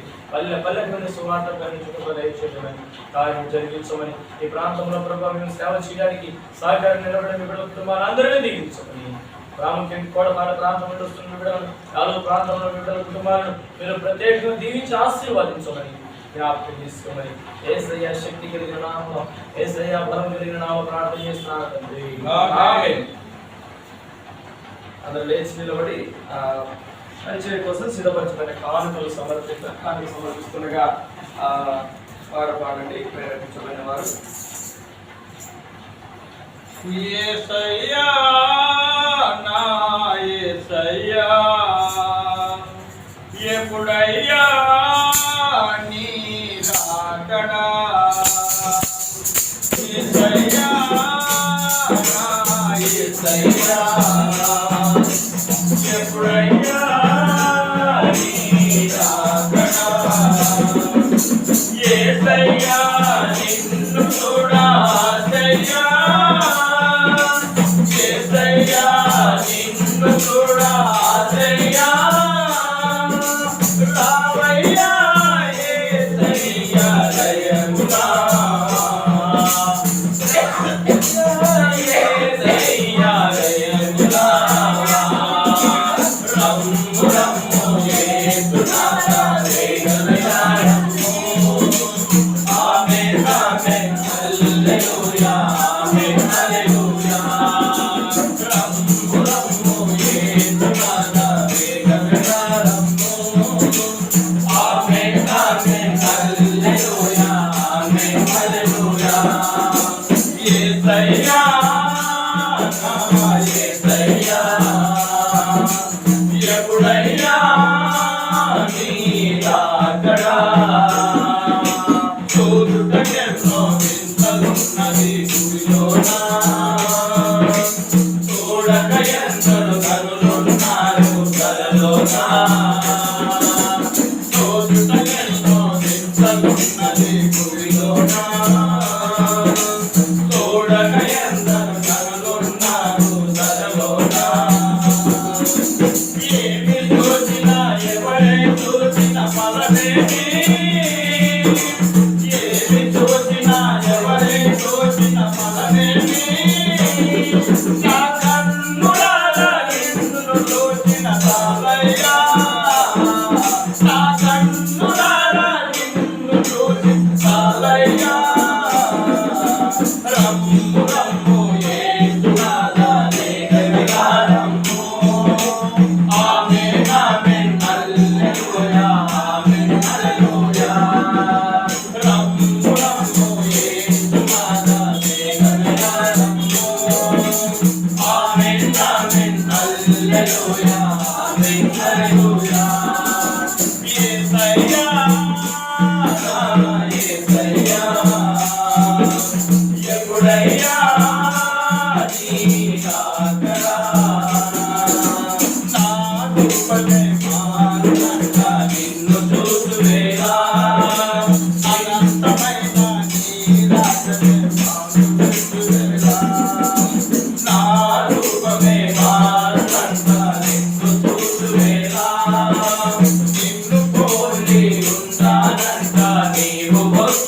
వేళ అనంతమైన నీ రాజ్యమే నా సొంతమయ్యా అనంతమైన నీ రాజ్యమే నా సొంతమయ్యా నందుడు సర్వ సంపదలు నా సొంతమయ్యా నందుడు సర్వ సంపదలు నా సొంతమయ్యా రమ్ము రమ్ము యేసునాథా జయగలరమ్ము ఆమేన్ ఆమేన్ హల్లెలూయా ఆమేన్ హల్లెలూయా రమ్ము రమ్ము యేసునాథా జయగలరమ్ము ఆమేన్ ఆమేన్ హల్లెలూయా ఆమేన్ హల్లెలూయా యేసయ్యా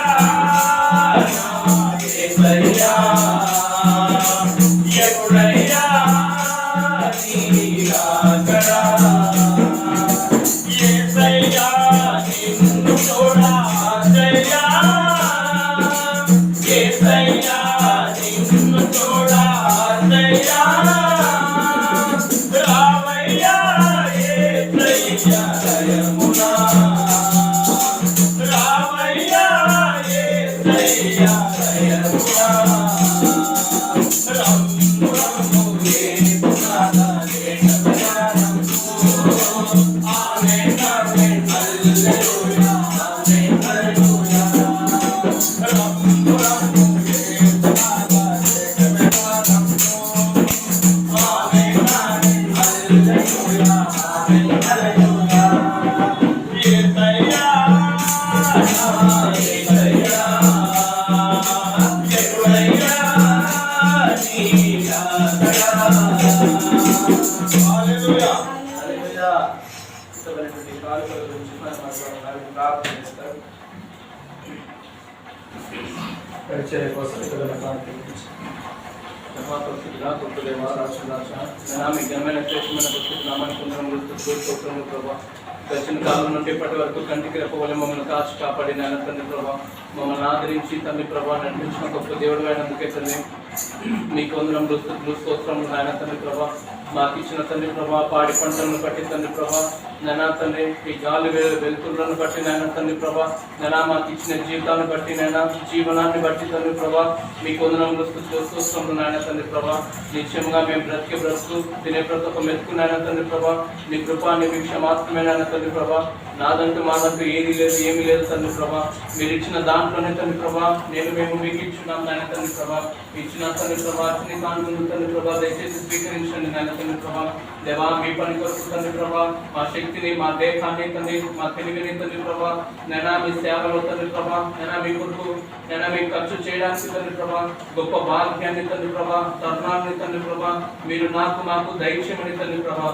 దేవా విత్తిన ప్రతి ఒక్క కానుకను తండ్రి ప్రభా ప్రతి ఒక్క వ్యక్తిని వారి కుటుంబాలను తండ్రి ప్రభా మీరు ఆశీర్వదించమని నాయన తండ్రి ప్రభా నీ రాజ్యం తండ్రి విస్తీర్ణంలో తండ్రి ప్రభా నీ రాజ్యం కట్టబడటంలో తండ్రి ప్రభా నైనా మీ తండ్రి ప్రభా ఉపయోగించుకున్న లాభాల తండ్రి ప్రభా మీరే సహాయాన్ని దైత్యమని కృపను చూపించమని తండ్రి ప్రభా నైనా తండ్రి ప్రభా నూరతర ఫలితాన్ని తండ్రి ప్రభా నైనా తండ్రి ప్రభా మేము పొందుకున్న లాభాల తండ్రి ప్రభా మీరే సహాయాన్ని దైత్యమని కృపను చూపించమని తండ్రి ప్రభా దేవా తండ్రి ప్రభా అన్యాయస్తులైన వారు తండ్రి ప్రభా నైనా ఎంతో మంది ఉన్నారు తండ్రి ప్రభా వారిని మీరు మార్చండి తండ్రి ప్రభా నీ సన్నిధిని మీరు తీసుకుని రామని కృపను చూపించుకుని ఇక్కడ కూడిన ప్రతి ఒక్క బిడ్డల పేరు మీరు జ్ఞాపకం చేసుకుని దేవా ఆశీర్వాదంతో తండ్రి ఐశ్వర్యంతో తండ్రి ప్రభా నైనా తండ్రి బిడ్డలతో తండ్రి ప్రభా మీరు ఆశీర్వదించుకుని పోషించుకుని సహాయాన్ని దయచుకుని కృపను చూపించుకుని యేసయ్య నామంలో వేడుకొని పొందుకొని నాము తండ్రి ఆమేన్.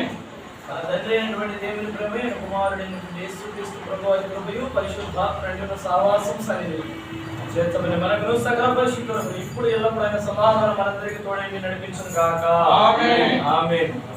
చేతబట్టి ఈ అందరికీ కూడా ఆయన వందనములు తెలియజేస్తున్నాను.